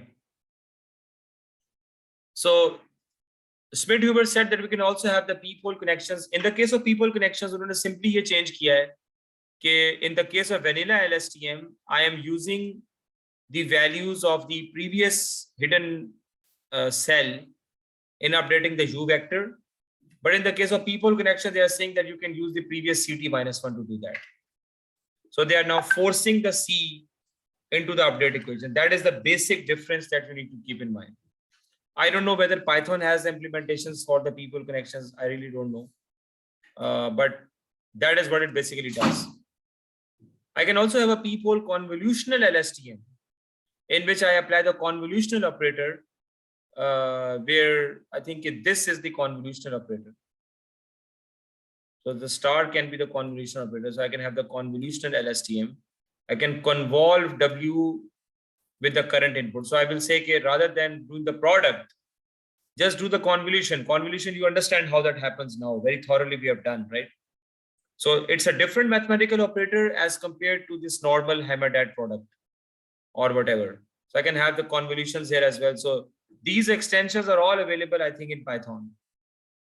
Convolutional LSTM, peephole LSTM, bidirectional LSTM, blah, blah, blah, blah, blah. Okay. So just remember these things. Let's just finish the break. हम ले लेते हैं, मैं कह रहा हूँ कि ये पहले खत्म हो जाए, या चलें अभी break ले लेते हैं. So we'll do this later on. So let's take a break for some time. Okay. You will have to bear with me today because we have to finish many things. I have to show you at least 4 hands-on activities. It's very important. Okay. So let me see how much is it. बस ज़्यादा नहीं है. We'll just do this. Just let's come back in like 10 minutes. Okay. Okay. So we saw the LSTM in the previous with this in these slides. One of the extensions of LSTM is the GRU, which was discovered in 2014 by Shaw. So what the GRU does is it is an LSTM which is without the forget gate. LSTM with a forget gate, but it has fewer parameters as it lacks an output gate. So there is no O parameter here as we had in the case of LSTM. It has shown comparable performance with LSTM over things like music modeling, speech signal modeling, and NLP tasks. So the guys who are working in NLP should definitely explore this as well, because it has shown comparable performance with LSTM and it's still has fewer parameters, so it's easier to train. It's good for smaller data sets. Okay? So in this case, it's pretty much the same, but I think we have two formalisms here. So one is this part and the other is this part. So by looking at the equations, you will understand. So one is the Z and the other is the R. That's what we have to understand. So we have two portions. So what is the first portion? WZ into XT, which is the same thing as the LSTM, plus UZ into HT minus 1 plus BZ. So we have the variable Z, which is more like the cell state that we had for the LSTM. And we have the ditto use case for R as well. So we have another state R, which is internal to the node. In fact, so this is the Z and this is R. So in that case, I calculate these two quantities internal to the cell. You can see there's no C state here. And then we find out the H dash T, which is again an internal state, not the actual state which I want at HT based on HT minus 1, but it is an internal H dash state, which is the hyperbolic tangent function, which is I think this one. So in this case, I'm summing up what I'm doing is WHXT, which is the weight factor H, plus UH into not HT minus 1, rather RT dot HT minus 1. So how much contribution of RT I'm using, how much of the previous hidden state I'm using, that is defined by the RT. समझ में आ रही बात की? So in calculating HT, how much information from HT minus 1 I am using, that is based on RT. Similarly to the forget gate, plus obviously the bias. And once I have HT, I can find out H cap T. I can find out HT from this formula, in which what I'm doing is that I have ZT into H dash T. So I have a double check now. पहला check क्या था कि in order to compute H cap T, how much HT minus 1 I should use, that is defined by RT. Okay, so I find that out, and then what is that going to be the actual value output from the cell? उसके अंदर मैंने H cap T कितना इस्तेमाल करना है, that is defined by ZT. So that is more of a weight. So ZT and RT are acting like weights basically, right? And 1 minus ZT also tells me what weight I have to give to the previous one. So basically, यहाँ से जो what we can understand from these equations is that ZT and RT are acting like weights to select the previous cell state. So in the case of H cap T, I'm able to use RT to decide how much HT minus 1 I should use. And in the case of computing the actual output from the cell, I'm able to use ZT to find out कि H cap कितना इस्तेमाल करना है और HT minus 1 कितना use करना है. That is 1 minus ZT. Now, how do these equations came into being? Obviously through lots of experimentations and lots of mathematics, etc., etc. So initially we have to analyze something, and this is the formalism that has been written above. So these are the variables. This is called the fully gated version of the GRU. So yeah, so again, I will recap that in the case of GRU, we are calculating two weights basically based on the normal full feed-forward equation, in which I am using two parameters for the weight matrices and two parameters for the biases. Okay. So basically, I have a total of 6 parameters that are shared across the whole timestamps or each timestamp. And there's also have this third parameter with respect to h cap t. So in a sense, 1, 2, 3, 4, 5, 6, 7, 8, 9. So I have 9 parameters which are calculated at each timestamp in the backpropagation phase.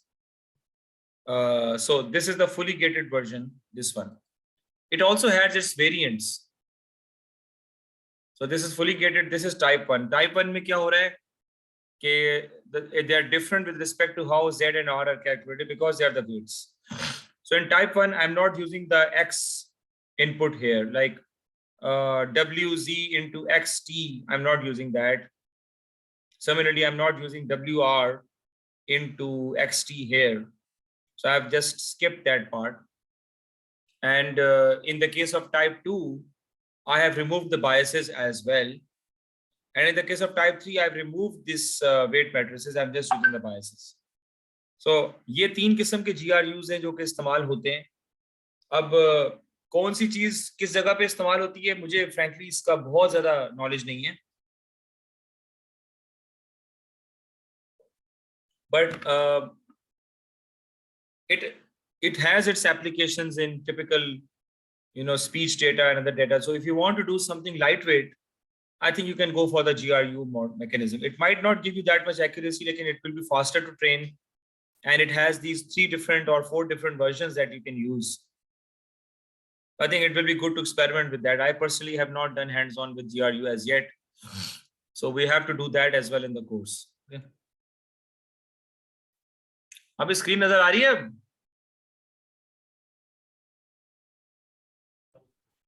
Ji sir. So it has the 4th version as well, which is called the minimal gated version. And the minimal gated version is similar to the fully gated, except that the update and reset gate vector is merged into a forget gate. So these are update and reset gates. So ZT is the update weight, R को reset कह देते हैं. सही है. तो इसके ये 2 components हैं, update and reset. So in the case of minimal gated, I try to reduce the number of gates.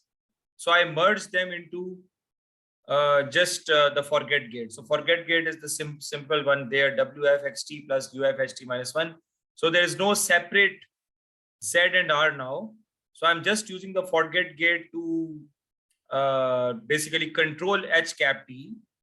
And I'm using the forget gate to control HT. So that is called the minimal gated version. So one of you might come up with another version, research, which is very well suited to some NLP task or some speech task, for example. And that will be correct, because if you are able to justify your things mathematically, then it is okay. So yeah. So this is how the deep learning research is going on. So all of these are research based things. So ये तो बहुत simple चीज है कि आपने सिर्फ पूरी quantity गायब कर दी. ये थोड़ा सा डिफरेंट मैकेनिज्म है कि आपने उन 2 को निकाल के गेट कर दिया, बट स्टिल इस पे भी लोगों ने बहुत सारे पेपर्स पब्लिश कर लिए होते हैं. Now for the Bi-directional Lstm, in this case it's a sequence processing model that consists of 2 LSTMs. So one is the forward LSTM and the other is the backward LSTM. So it's a cycle basically. So one takes the input in a forward direction and the other in a backwards direction. The forward learns the sequence of the input provided, and the second one learns the reverse of that sequence. Now this is very important in the text case, right? Because if I want to predict, for example, the heart is not enlarged, let's say the next word is enough. So I want enough for the person to die, for example. Okay. So I want the system to predict the 5th word, but मैं assume ये कर रहा हूँ कि this sequence is correct, कि heart followed by is, followed by not, followed by changed. Maybe it is correct कि the reverse sequence is true, कि enlarged preceded by not, preceded by is, and preceded by hard. Maybe this is the thing that is a better predictor for enough than the forward phase. So you never know. So effectively increases the amount of information available to the network, improving the context available to the algorithm. For example, you know कि एक लफ्ज से पहले क्या लफ्ज आ रहा है, बाद में क्या आ रहा है. You know both the things now. In the case of feed forward, you only know one thing. The similarly to a times, similarly for the time series as well. So in the case of time series, so you got the value 2.1, 1.9, so 2.3, 4.4. So all of these are time data that you want the system to predict. Okay, so but this case may you will know okay 2.1 followed by this, followed by this, followed by this, but maybe you also need to know this sequence in order to predict the fifth value. So you never know. So this most of the applications of bidirectionals are in the case of I think textual data, but they also serve to. But the point is that due to the concept of forget gates and input gates and output gates, जो आप bidirectional के अंदर accuracy ज़्यादा बेहतर हो जाती है. For the at least for the time series data, कि it learns both the ways. Okay, so it really needs to be tried out कि कौन सी चीज बेहतर है क्या है. You never know, but so these are some of the models in the recurrent scenario that I wanted to finish today, and we have done that. Although we have done some generalizations, but we know now what is recurrent neural network. We know the internal dynamics, how does backpropagation through time work. We know LSTM, GRU, and the bidirectional Lstm. I think that is enough information. So now let's go to the hands-on activities.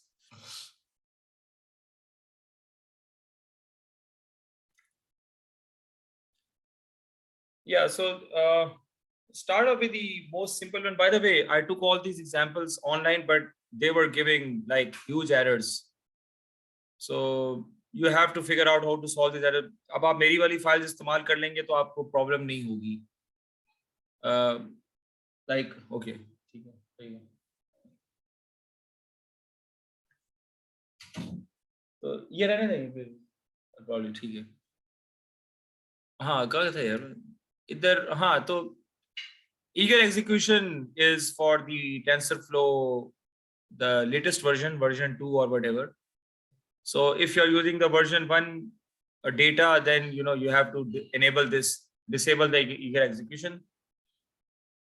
This is some sort of check that you need to do for a particular error जो कि आ रहा था.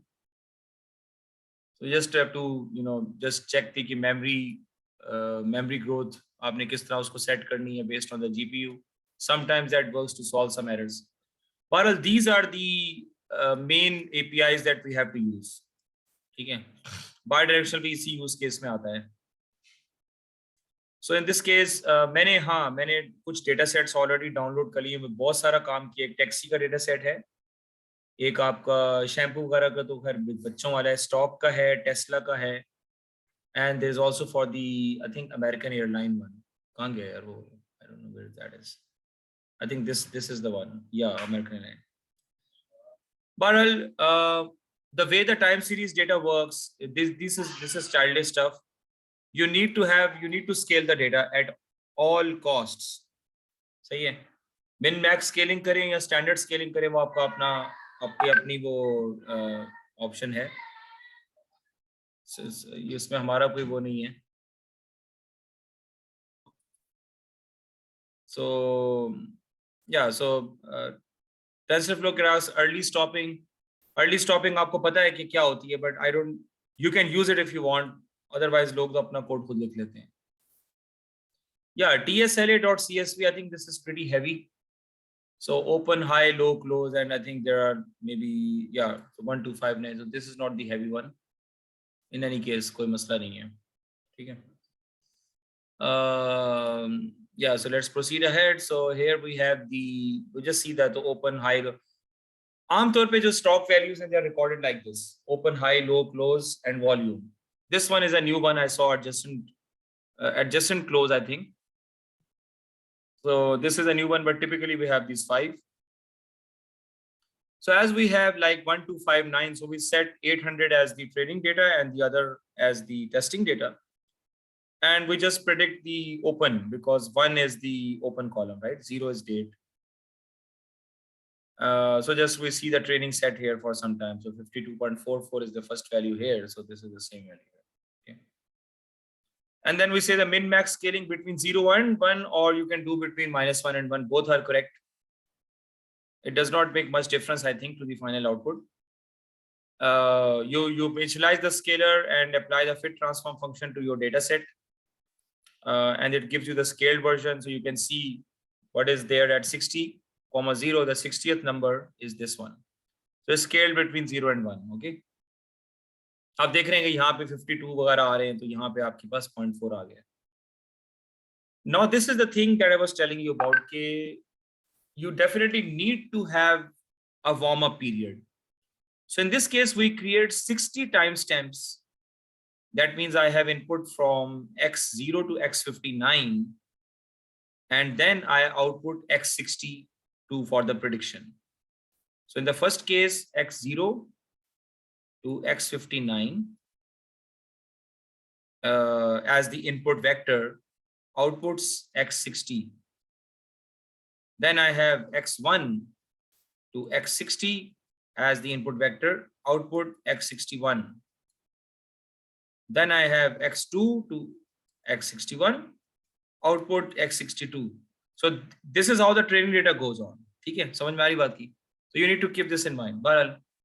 So I do the same. I say range from 60 to 800 because I have 800 in the training set. So I create I minus 60 to I. यानी I से एक दिन पहले तक 0 to 59 में आप इसको रोक दें. And I goes to the by train. Obviously बात है. And I repeat that for all the time steps. So this is exactly what जो मैंने लिखा था ये वहाँ पे ये चीज हो रही है. And then I create the array over this and then I reshape them to use them in the fit function. So I reshape them with respect to x train shape 0 I think is I think 60, and train shape 1 I think is 1. No, train shape 0 is 740 because I have 740 now from 800. जब मैं 60 पे करूंगा तो 740 instances आ जाएंगे जिनकी shape क्या है 60,1. So I have 740 instances with a shape 60,1. तो the x train की shape ये पूरी ये वाली है. That's x train shape. ठीक है. And then we initialize the model equals to sequential. Now this guy has done something which is really complicated. So for this simple data consisting of just 1000 timestamps and 740 training instances, we don't need to have multiple LSTM layers. So I'll just give you some assignment later on, just you can play around with this, or you can develop your own playground based on the hands-on जो मैं अभी आपको दिखा रहा हूँ. So for the LSTM, you have to input the shape. This is like 60,1 is the shape. Number of instances कितने होंगे वो LSTM खुद उठा लेगा. 50 units is still ज़्यादा हैं, बहरहाल कोई मसला नहीं है. Add the dropout, then add a second LSTM layer. So this is the input layer. This is the first LSTM layer. This is the second LSTM layer. This is the third LSTM layer जो इसने लगाई हुई है, और इसने fourth भी लगाई हुई है. But in the first 3 he has taken 50, which is sort of verbose, I think. And yeah, so in the fourth also he has taken 50. Okay, so that's the model that he has done with the return sequences equals to true. I think this is for the for some output to be shown. I think return sequences equals to true. Ethereum, let me check this out. I think this is related to the back propagation thing.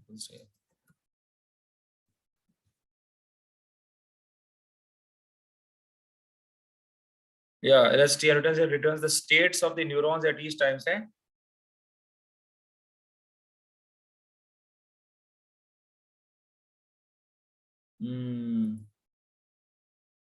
Each LSTM cell will output one hidden state and for each input. That's fine.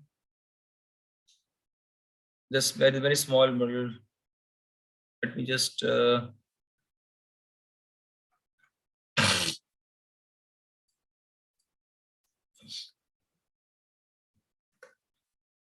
Let me just get us.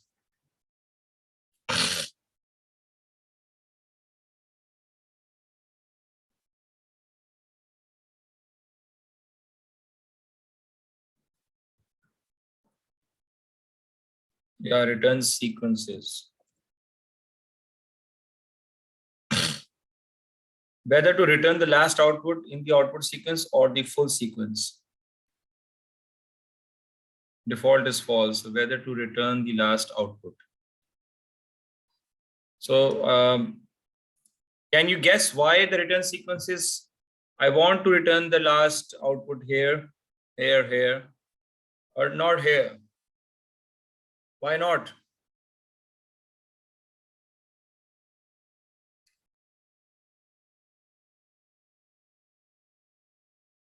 I am putting the dropout at the even after the fourth layer.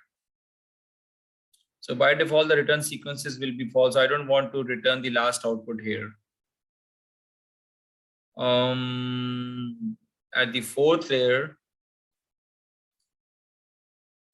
Lstm 4, 3, 2, 1.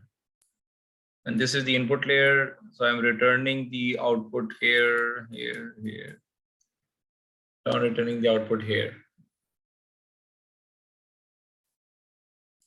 So this needs to be discovered. What will happen if I put return sequences equals to true here as well? Is that always the case here? So we'll see other examples and then understand, okay? Currently, we can't figure it out in this way. Barhal, आपने dropout add किया and then you see that typically you add this dense as just one unit. So after 60, I'm going to make a prediction. Okay, so you can envision now that I have 60 in the sequence here, and then at the final one, I have the output here. That's my model that's been created here. Okay. And optima Adam is the default one these days, mean squared error, you can say. And the dot fit has this built-in mechanism to output this everything. So epochs 100, batch size 32. So you can see that the loss is decreasing quite rapidly over 100 iterations, and the end is 0.0035. Okay. And then we write this function because in the above we did not create the test set, but now we use the ilog to create the test set as well. I think we also transform that using the same converter as for the training data. And I use the same mechanism, I minus 60, whatever. This is the total size of the test set. That's why it's written 519. जितने बाकी बचते हैं उसके हिसाब से है ये, ठीक है? And we do the same mechanism, ditto 459. So I have 459 instances of size 60,1. And I say model.predict x test and predict stock price is inverse transform, तो उसका करना है, मैंने आपको last time बताया था. In the case of CNN मैंने बताया था आपको. So real stock Tesla, this Tesla, and you can see that things are not good here. Because I think this guy has done too much by adding 4 layers. And we still do not know why return sequence equals to false in the 4th LSTM layer. It fits the data pretty well here. इसका थोड़ा सा ये size भी बढ़ाना पड़ेगा. जो figure का जो size है, we can put the size here. But you can see that it's fitting well up to a particular point. But I think for the training data, testing data में वो पागल हो गया. So the performance is not good. सही है, तो you can find out the differences. अब मैं आपको दूसरे hands on भी दिखाता हूँ, फिर आप collectively एक ही चीज बना लीजिएगा उससे. इसने इतना ज़्यादा उसको critically देखा नहीं है. But I believe is कि what is happening here is कि this guy has done too much. I mean, we don't need 4 LSTM layers. We definitely don't need 50 neurons in each layer. So maybe you can play around with that to improve the performance here. Okay. Yeah. So this is really. So this is the data for N by C. New York के अंदर taxi passengers कितने हैं ये वो है. So it import the regular data here. We import the type. We import the data shape and D type. So timestamp is object here. It's not a date. I have 10,000 instances here, which is much better than the Tesla one. As a Tesla one, you can download from Yahoo Finance. Okay. I convert that to timestamp first, or dot to date time, as simple as that. I can use the timestamp to extract these year, month, day, hour. So if you are using time series data, you can use any of these to make the prediction. लेकिन अब यहाँ पे देखें, year remains the same, so it can't be used as a value. Maybe you can take hour as a prediction thing. तो timestamp क्या होगा वो आप खुद सोच सकते हैं क्या होगा. You can combine them as well. So unique, I have data for 2014 and 15. I have months from July, August, September, October, November, December, January. I think that is 7 months. And overall the days, I have the data, unique number of hours, overall the days in hours. The mean value of the number of passengers is 15,137. That's the average value, because this is the value that I'm talking about. So so I got 10,000 here on this particular day. I think this is the number of taxi cars, I think the number of taxi cars or whatever. So just plot the demand value, so we can just fix the size of the previous one here. So you can see that there's a very clear pattern to it and it is easily predictable. अभी से ही पता चल रहा है हमें, ठीक है. So you can just plot the specific values here, so you can see them in more detail, more granular detail here. So just you know, आखिर के इतने 2000, पहले के 2000, इस तरह करके आप देख लें. So you can see that there's a pattern to it, but it's not a, I mean, it's still a very difficult pattern. I mean, यहाँ से तो समझ में आ रहा है कि बहुत ही आसान है, लेकिन when you do it more granularly, तो इसमें भी आपको वही चीज समझ में आ रही है, but still it is not easy to fit it exactly like that. ठीक है. So this is how it is happening. ये बिल्कुल granular hourly level पे जब देखते हैं, so that is how the time series looks like. So this is not easy. I mean this is not a straight line to fit. I mean, तो इसके लिए आपको वो चाहिए होगा. अच्छा, इन्होंने थोड़ा सा ये किया था कि they made some extra transformations. Number of passenger measurements per day. So you find out कि per day की कितनी measurement है. In one day, how many measurement I have. So that comes up to 48. So I take that as a factor of 48, and I find out the I have 48 measurements per day. I have 7 days a week. So weekly I have these measurements, and I want to find out the weekly lag. So in the case of time series, we have the autocorrelation function from the statistics library, but the data frame also, pandas data frame also has this autocorrelation function, where lag equals to dt, where dt is the, you know, dt kya hai? Dt is the timestamp, no? Just let me, no, it's df. For dt in time lag. So dt is time lag. So that's the lambda function. So time lags, I have this many time lags in according to the week. एक हफ्ते में मेरे इतने time lags होंगे, and I'm discovering the autocorrelation, and I plot the autocorrelation here. So it's a time lag in weeks. So you can see the autocorrelation is 1 in the first week, and then the lag is coming down a bit to the second to third week. So there is a clear trend here for the autocorrelation function. It's decreasing like this, and then again increasing at the weekly level.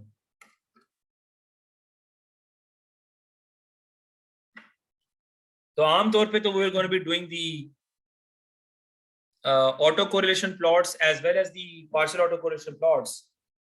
But in this case, उन्होंने इसी पे इत्तेफाक किया है कि weekly हम लोग जो है वो predictions कर सकते हैं. ठीक है. So they extract the weekday. Weekday comes here. So they find out the average hour day by combining the weekday with the hour. So weekday hour को combine कर दिया 101011. So just make a function of that, and then I convert that to an actual numerical value by using the group by operation. So मैंने ये देखा है कि 10 कितनी दफा आ रहा है. सही है. 10 कितनी दफा आ रहा है, इन 2 रोज में आ रहा है, तो इनका एवरेज ले लें. 10,844 का 8127 का एवरेज लेंगे, so I'm gonna be 8764 point something आ जाएगा. सही है. So I'm taking the average over each unique average hour day level. That is what they want to do. Although in our case we just go with the value prediction directly. So ये थोड़ी सी transformations वो कर रहे हैं.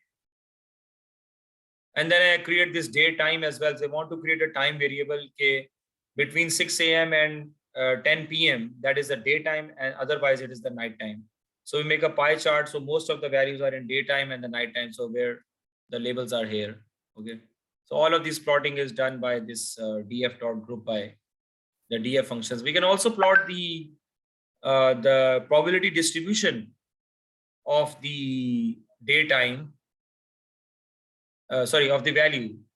Going to go to the probability distribution of the value with respect to day and night. So this is what I think the first one is the first one is for the night. The blue one, which is the distribution is pretty skewed, and for the day you can see the distribution is very normal. So that means कि ज़्यादा अच्छा हमारे लिए prediction यही रहेगी जो कि day time की prediction है. बहरहाल, then you can see this modified. We just had 2 values, but now we have so many columns.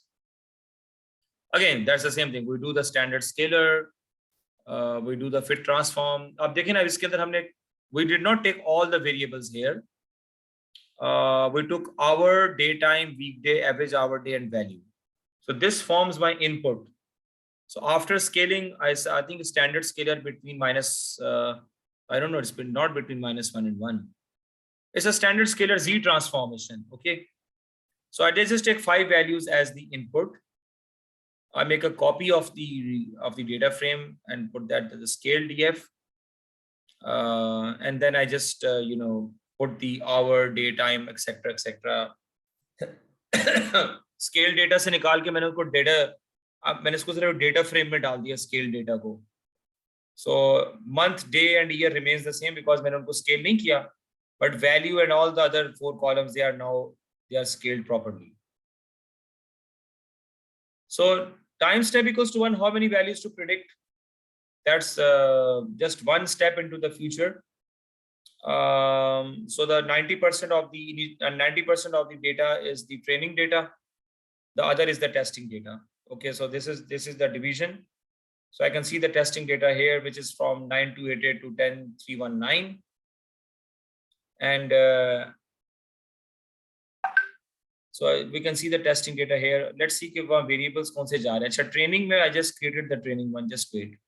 I think I did not focus on that.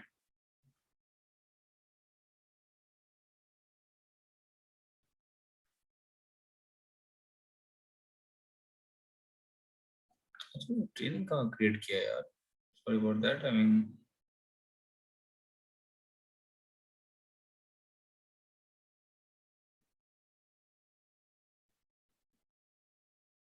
yeah. So it's here. The training testing are created here.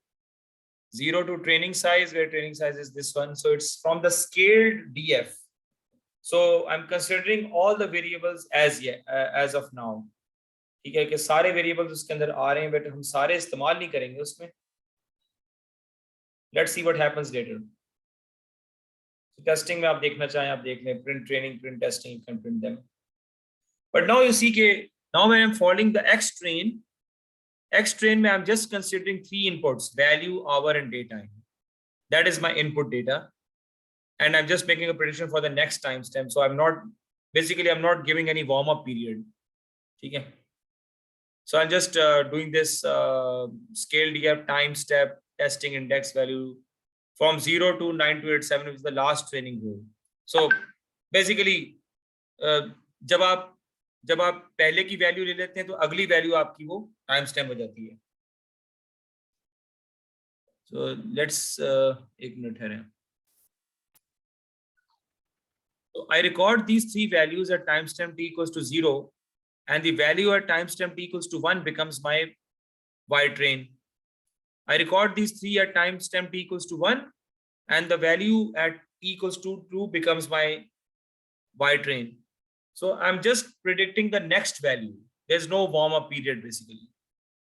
Similarly, I can initialize X train, X test, and Y test as well in the same way. जिस तरह आपने ये वाला किया उस तरह आप ये वाला भी कर लें. अभी आपकी मर्जी है. हमने जैसे 90% दिया, you can take 75%, 80%. That's up to you.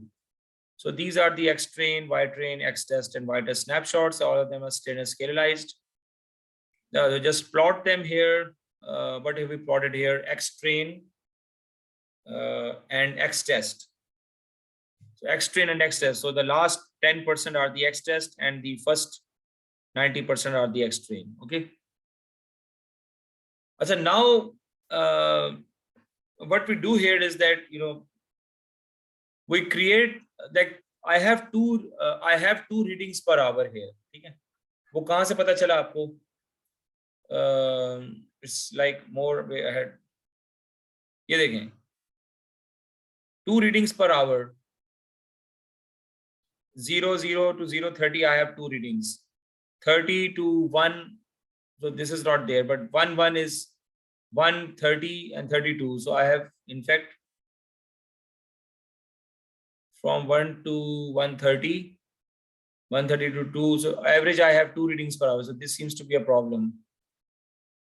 One reading at this time, 1 reading at this time, 1 reading at this. Probably a repetition. अच्छा weekday, ये तो weekday की बात हो रही है ना. So yeah, this one 0, 0 hour देखें 0, 0 and 0, 1. So per hour I have 3 readings, in fact not 2 readings. So we want to create 1 sample per hour. That's हमारा मसला ये, हम चाह रहे हैं कि ये घंटे का जो डेटा है ना वो हम इकट्ठा कर दें, ठीक है? So how do we do that?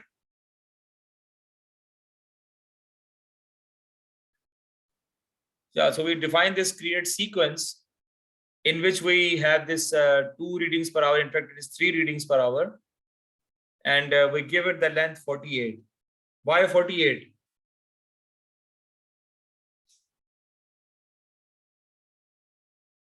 Because it fits well into the.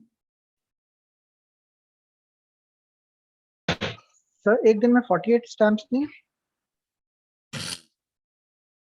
हाँ, like 24. हाँ, ये है कि लेकिन in fact एक दिन में 72 stamps आ जाएंगे ना, because we are reading 3 readings, तो उन्होंने थोड़ा सा उसको मिस वो कर लिया है. बहरहाल आप इसको you can try it out on your own, but in my opinion it should be 72. बहरहाल हम इसके now अब देखें हो कर रहा है कि I was recording 3 readings in 1 hour, but now I'm just going to equate that with 1 reading per hour, which is this going to be given by this function. That's easy for me, right? क्योंकि हर घंटे पे करने से बेहतर है कि मैं उसको वो कर लूं, integrate कर लूं. So these 3 rows are going to be considered as 1 in the X train. So I create this sequence now. अब देखिए अभी I have a triple arrow now. I have a triple array now here. So the size originally was, I think, I don't know, it was 60 or something like. What was that? I forgot the size. Let me see where I printed the shape.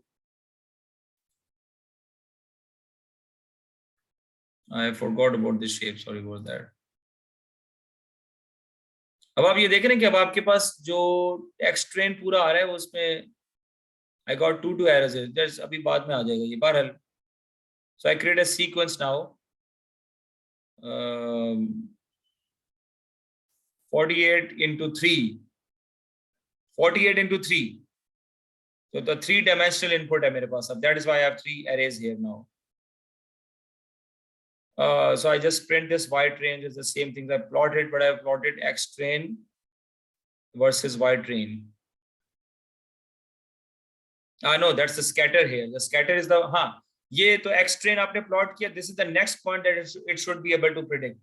This is coming from the Y train. ठीक है? And I can also have that. उसके बाद कौन सा वाला है? वो ये वाला है. So it predicted this one. ये तो खैर उसने उसको join नहीं कर दिया. अभी हम training phase में चल रहे हैं. So it's just showing you what we need to predict. जैसे आपको वो करके दिखा रहे हैं.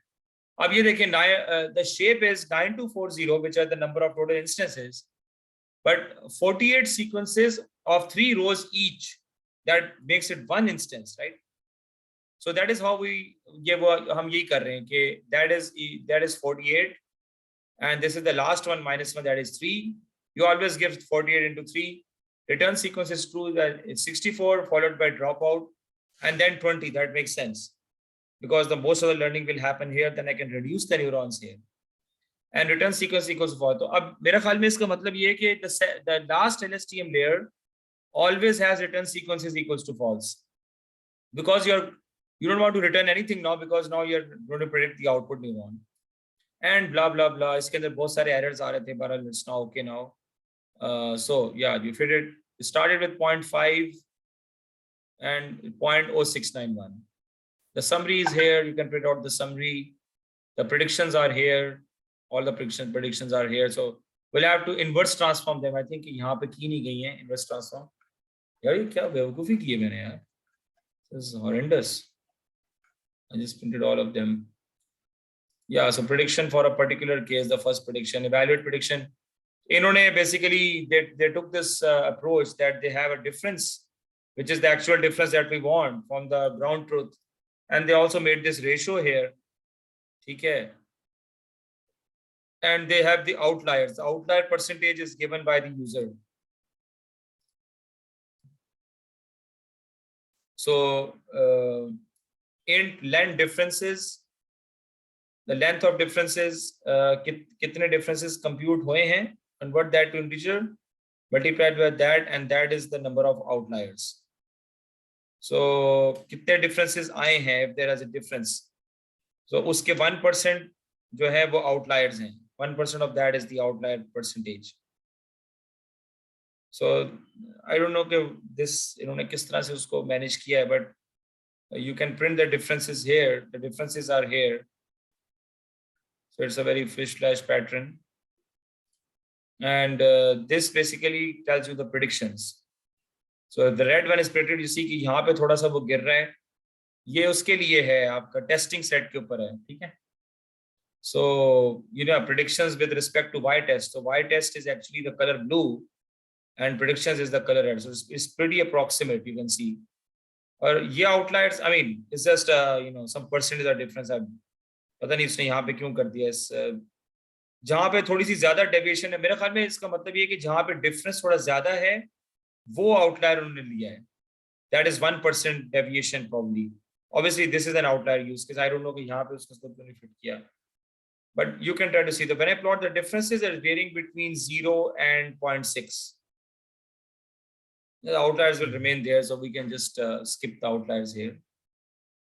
I don't know whether ये चलता है कि नहीं चलता अभी. So yeah, so you can see it's between 0 and 0.6. So the इसलिए मैं आपको ML2 वालों को मैं ये बता रहा था कि everything has a probability distribution. So even the error that is coming here, the predicted values or the error values, they have a probability density, which we can use in machine learning in a very, very good way. Yeah, to update the model. Bharal. The other is the same data for the bidirectional use case. Exactly वही चीज है, उसी तरह के सारे काम किए गए. I think इसमें यहाँ पे थोड़ा सा उन्होंने here's how you initialize the bidirectional one. It's almost the same. You can have dropout इसी में आप शामिल कर दें. Input share this. तकरीबन वही चीज है सारी. But in this case, you can see that the loss goes down to 0.03. I don't know what was the loss here. Let me check here.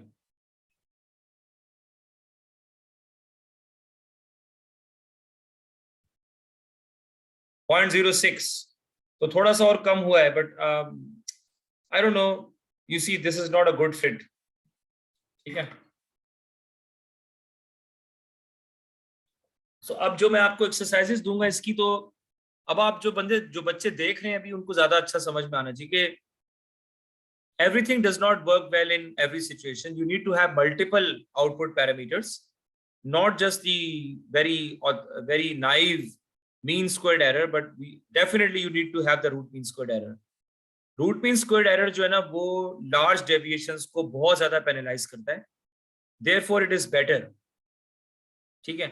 So this is not working out. Although you can see that the overall जो आखिरी difference आ रहा है वो तो कम है, लेकिन you know it's overall जो fit नजर आ रहा है वो इतना अच्छा नहीं आ रहा. और differences देख रहे हैं आपके 2 तक जा रहे हैं differences. और in this case जो हमारे differences जा रहे थे वो they were going only up to 0.8. So this thing is better than this bidirectional use case. So bidirectional use case में कब आता है क्या होता है ये आपको खुद देखना पड़ेगा. Now this is really interesting. ये बहुत बड़ा है, लेकिन I'm going to browse you through this very quickly. Many people have this idea about stock market prediction, और मैं एक workshop करवाऊंगा और उसके लिए मैं इंशाल्लाह दिसंबर में ही मैंने इरादा किया, मैं IB अवॉइड करवाऊंगा और उसके लिए मैं आपको असाइनमेंट भी दूंगा, फिर आपके असाइनमेंट में चीजें होंगी वो मैं इस्तेमाल करूंगा। तो बहरहाल वो तो खैर मैं अपना भी कर सकता हूँ, ऐसा मसला नहीं है। This is for your understanding because many people are. तो स्टॉक मार्केट के बारे में please remember one thing with the experts are saying कि a blindfolded monkey throwing darts at a newspaper stock listing, because the stock market prices are highly unpredictable and volatile. There are no consistent patterns in the data that allow you to model stock price over the time near perfectly. So yeah, why do you want to model these stock prices? So that you can reasonably decide when to buy the stocks and when to sell them to make a profit. Now ये आप लोग खुद try कीजिएगा, ये alpha vantage की है, मैंने तो ये कर लिया था, ठीक है। Alpha vantage is an API which allows you to get the data for the stocks at different time intervals. इसकी एक it has a free API key for some limited usage. Okay, so you can subscribe to this alpha vantage. ये मैंने किया था, मैंने की निकाली, तो I use this American Airlines stock data here. So ये जो फाइल है ना, ये सारा पुराने मॉडल पे हुआ हुआ है। It's very extremely complicated. मैंने तो उसको चला दिया है, लेकिन it was extremely complicated, ठीक है।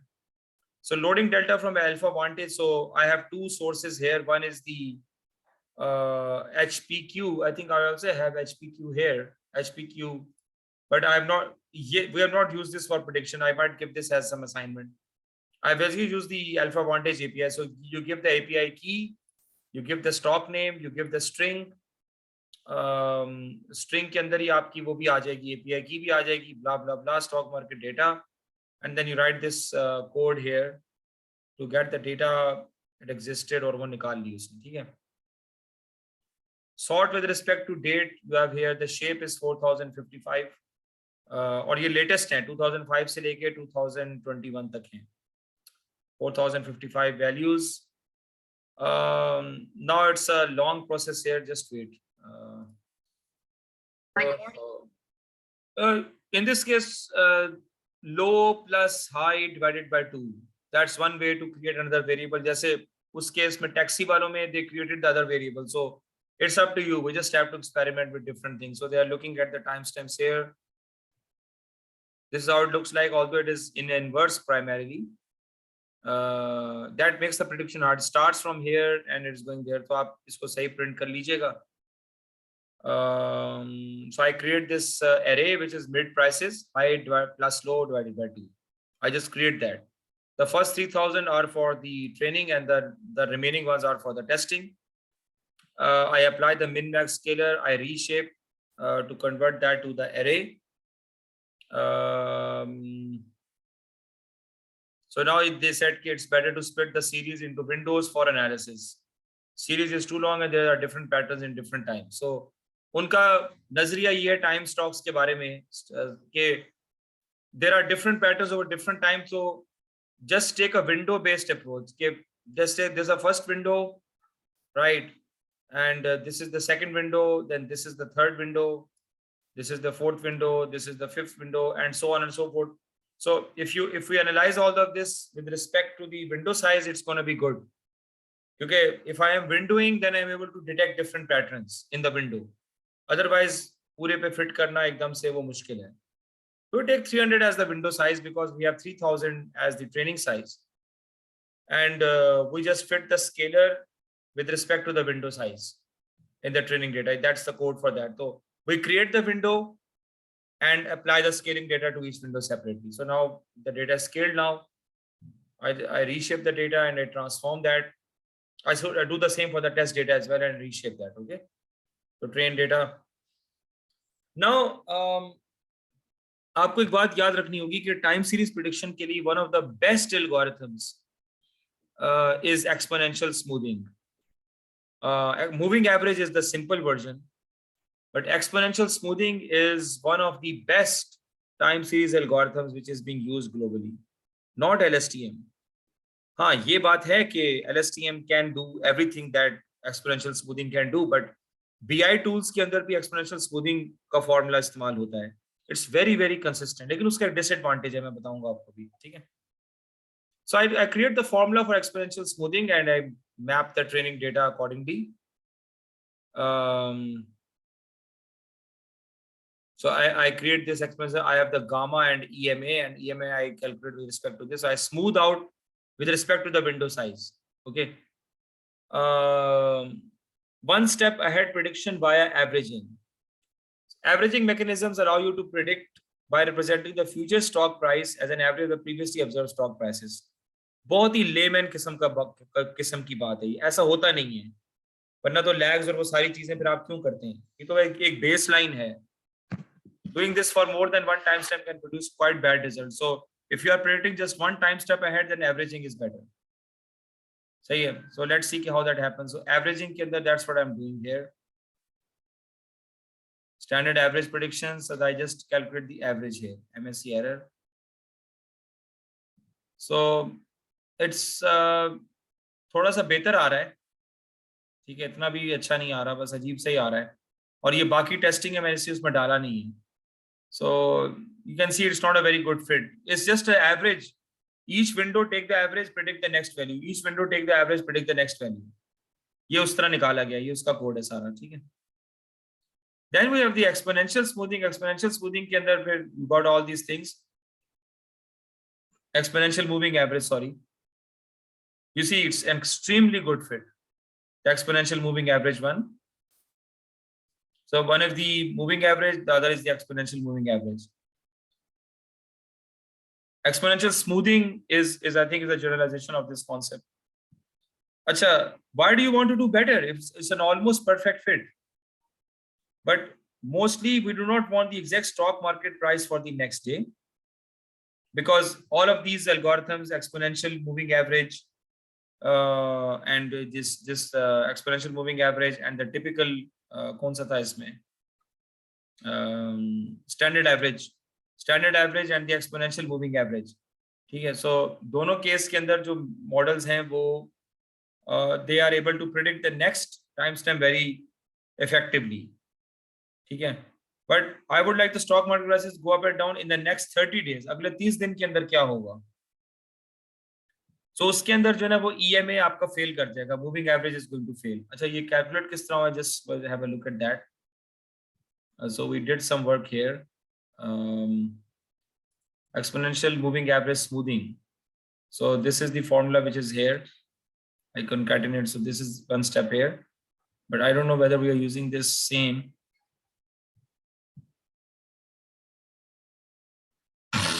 पेन डेटा की कॉपी नहीं बनाई इन्होंने यहाँ पे.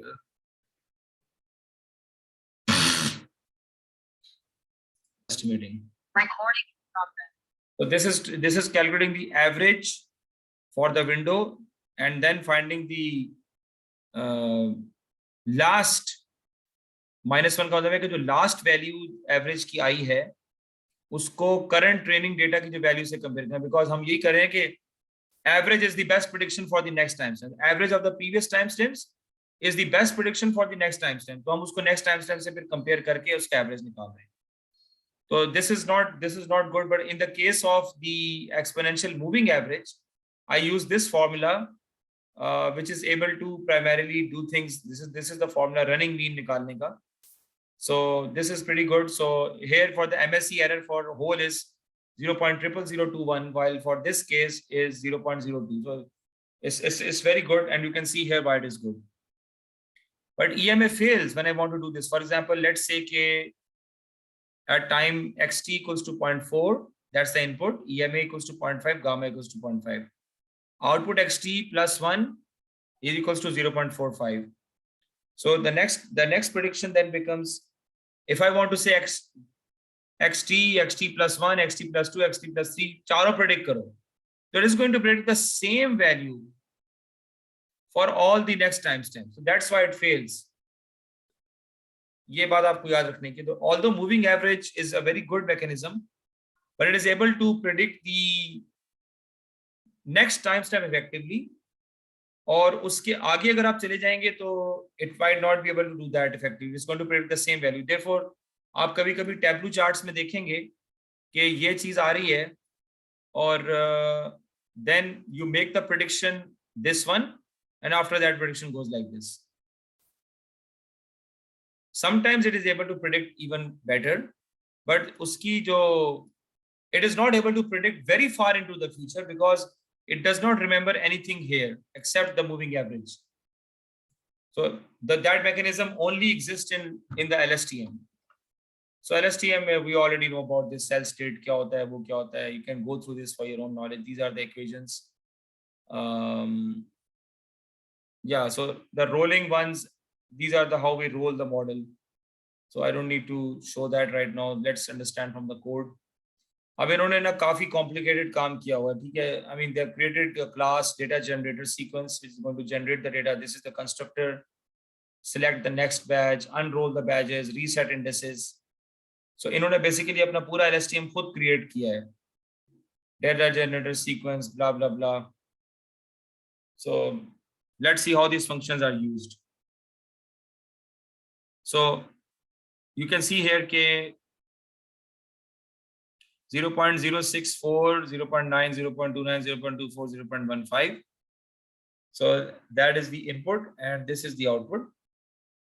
In the next case, I have 0.11, 0.85, 0.29, 0.1. This as the unrolled index 1, and this one as the this one as the output.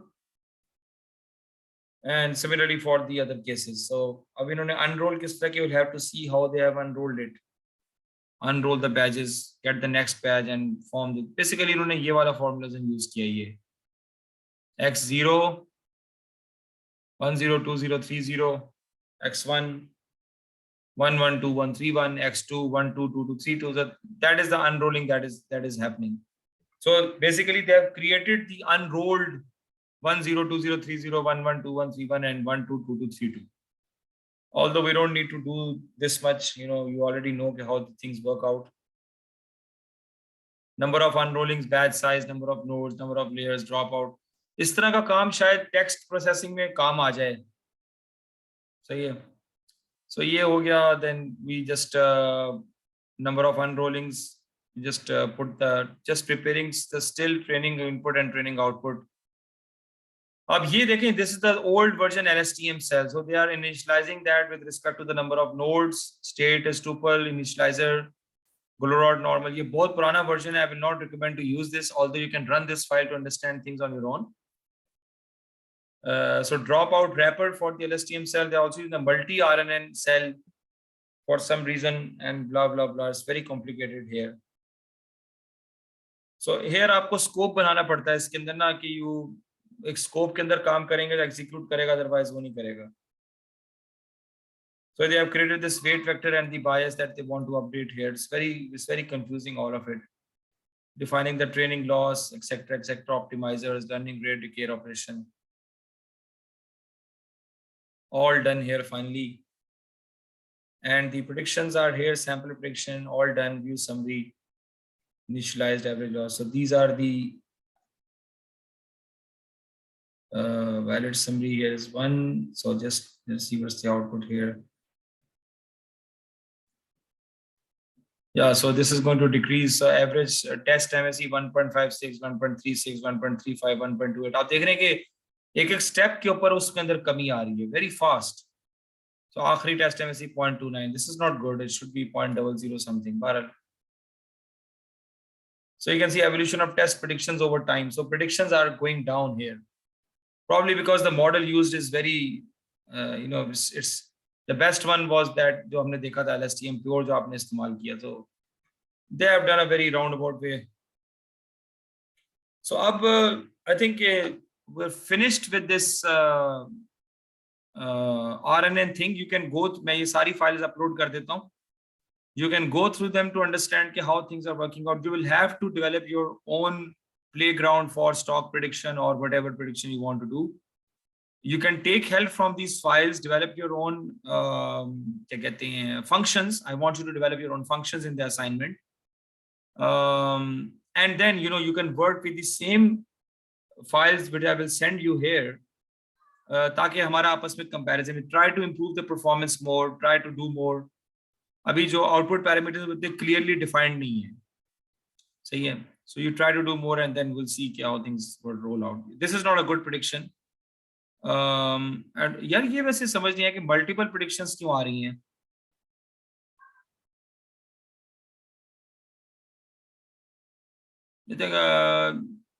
Multiple predictions इसलिए आ रही हैं क्योंकि हमने इस प्रॉब्लम को मॉडल इस तरीके से किया हुआ है कि there are multiple things over which to predict.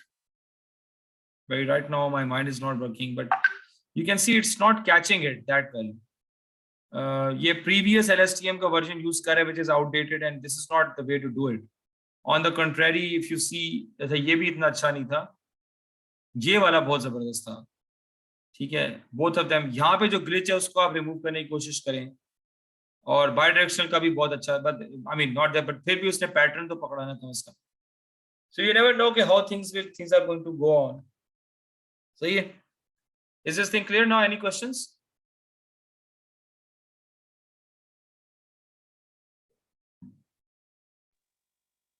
No sir. ठीक है, तो मैं आपको असाइनमेंट में दे देता हूँ। असाइनमेंट में नहीं ML2 असाइनमेंट की डेट नहीं बढ़ सकती भाई, बस आज के दिन जमा करा दें। बहुत डिले हो गया भाईजान, रैम कर लें। It's not going to happen now, बस जितना है बस कर लें, क्योंकि इतना एक्सटेंशन नहीं हो सकती। It's not Insaf for the others. So I'm going to give you an assignment. You can work with textual data if you want. There's also speech data. There's also that let's leave that to the project. मैं बहुत बड़ा assignment नहीं दे रहा. I just want you guys to create your own LSTM playground. In which case जो है वो 2 दिन अरसान आप ड्रॉपबॉक्स पे डाल दीजिएगा ना। I don't have that problem basically, ठीक है। जिनका डिले हो गया ड्रॉपबॉक्स पे करते हैं। I'm not going to cut the marks this time. I understand the assignment was pretty tough. So I'm going to give you have to create your own playground for using LSTM or the bidirectional case, and also include the GRU. मैंने GRU इसमें शामिल नहीं किया है, तो मैं आपको उस हिसाब से असाइनमेंट दे देता हूँ। It won't be very long, but let's try to work with this American airline data. लेकिन आप लोग अपना ये सारा सेटअप कर लें, उसके अंदर मैं आपको पूरी डेफिनेशन इंशाल्लाह बना के दे दूंगा, and then you can start working. This is all assignment is going to be very critical. Okay. So the next topic we're going to start with is autoencoders inshallah ta'ala on Friday. ठीक है जी।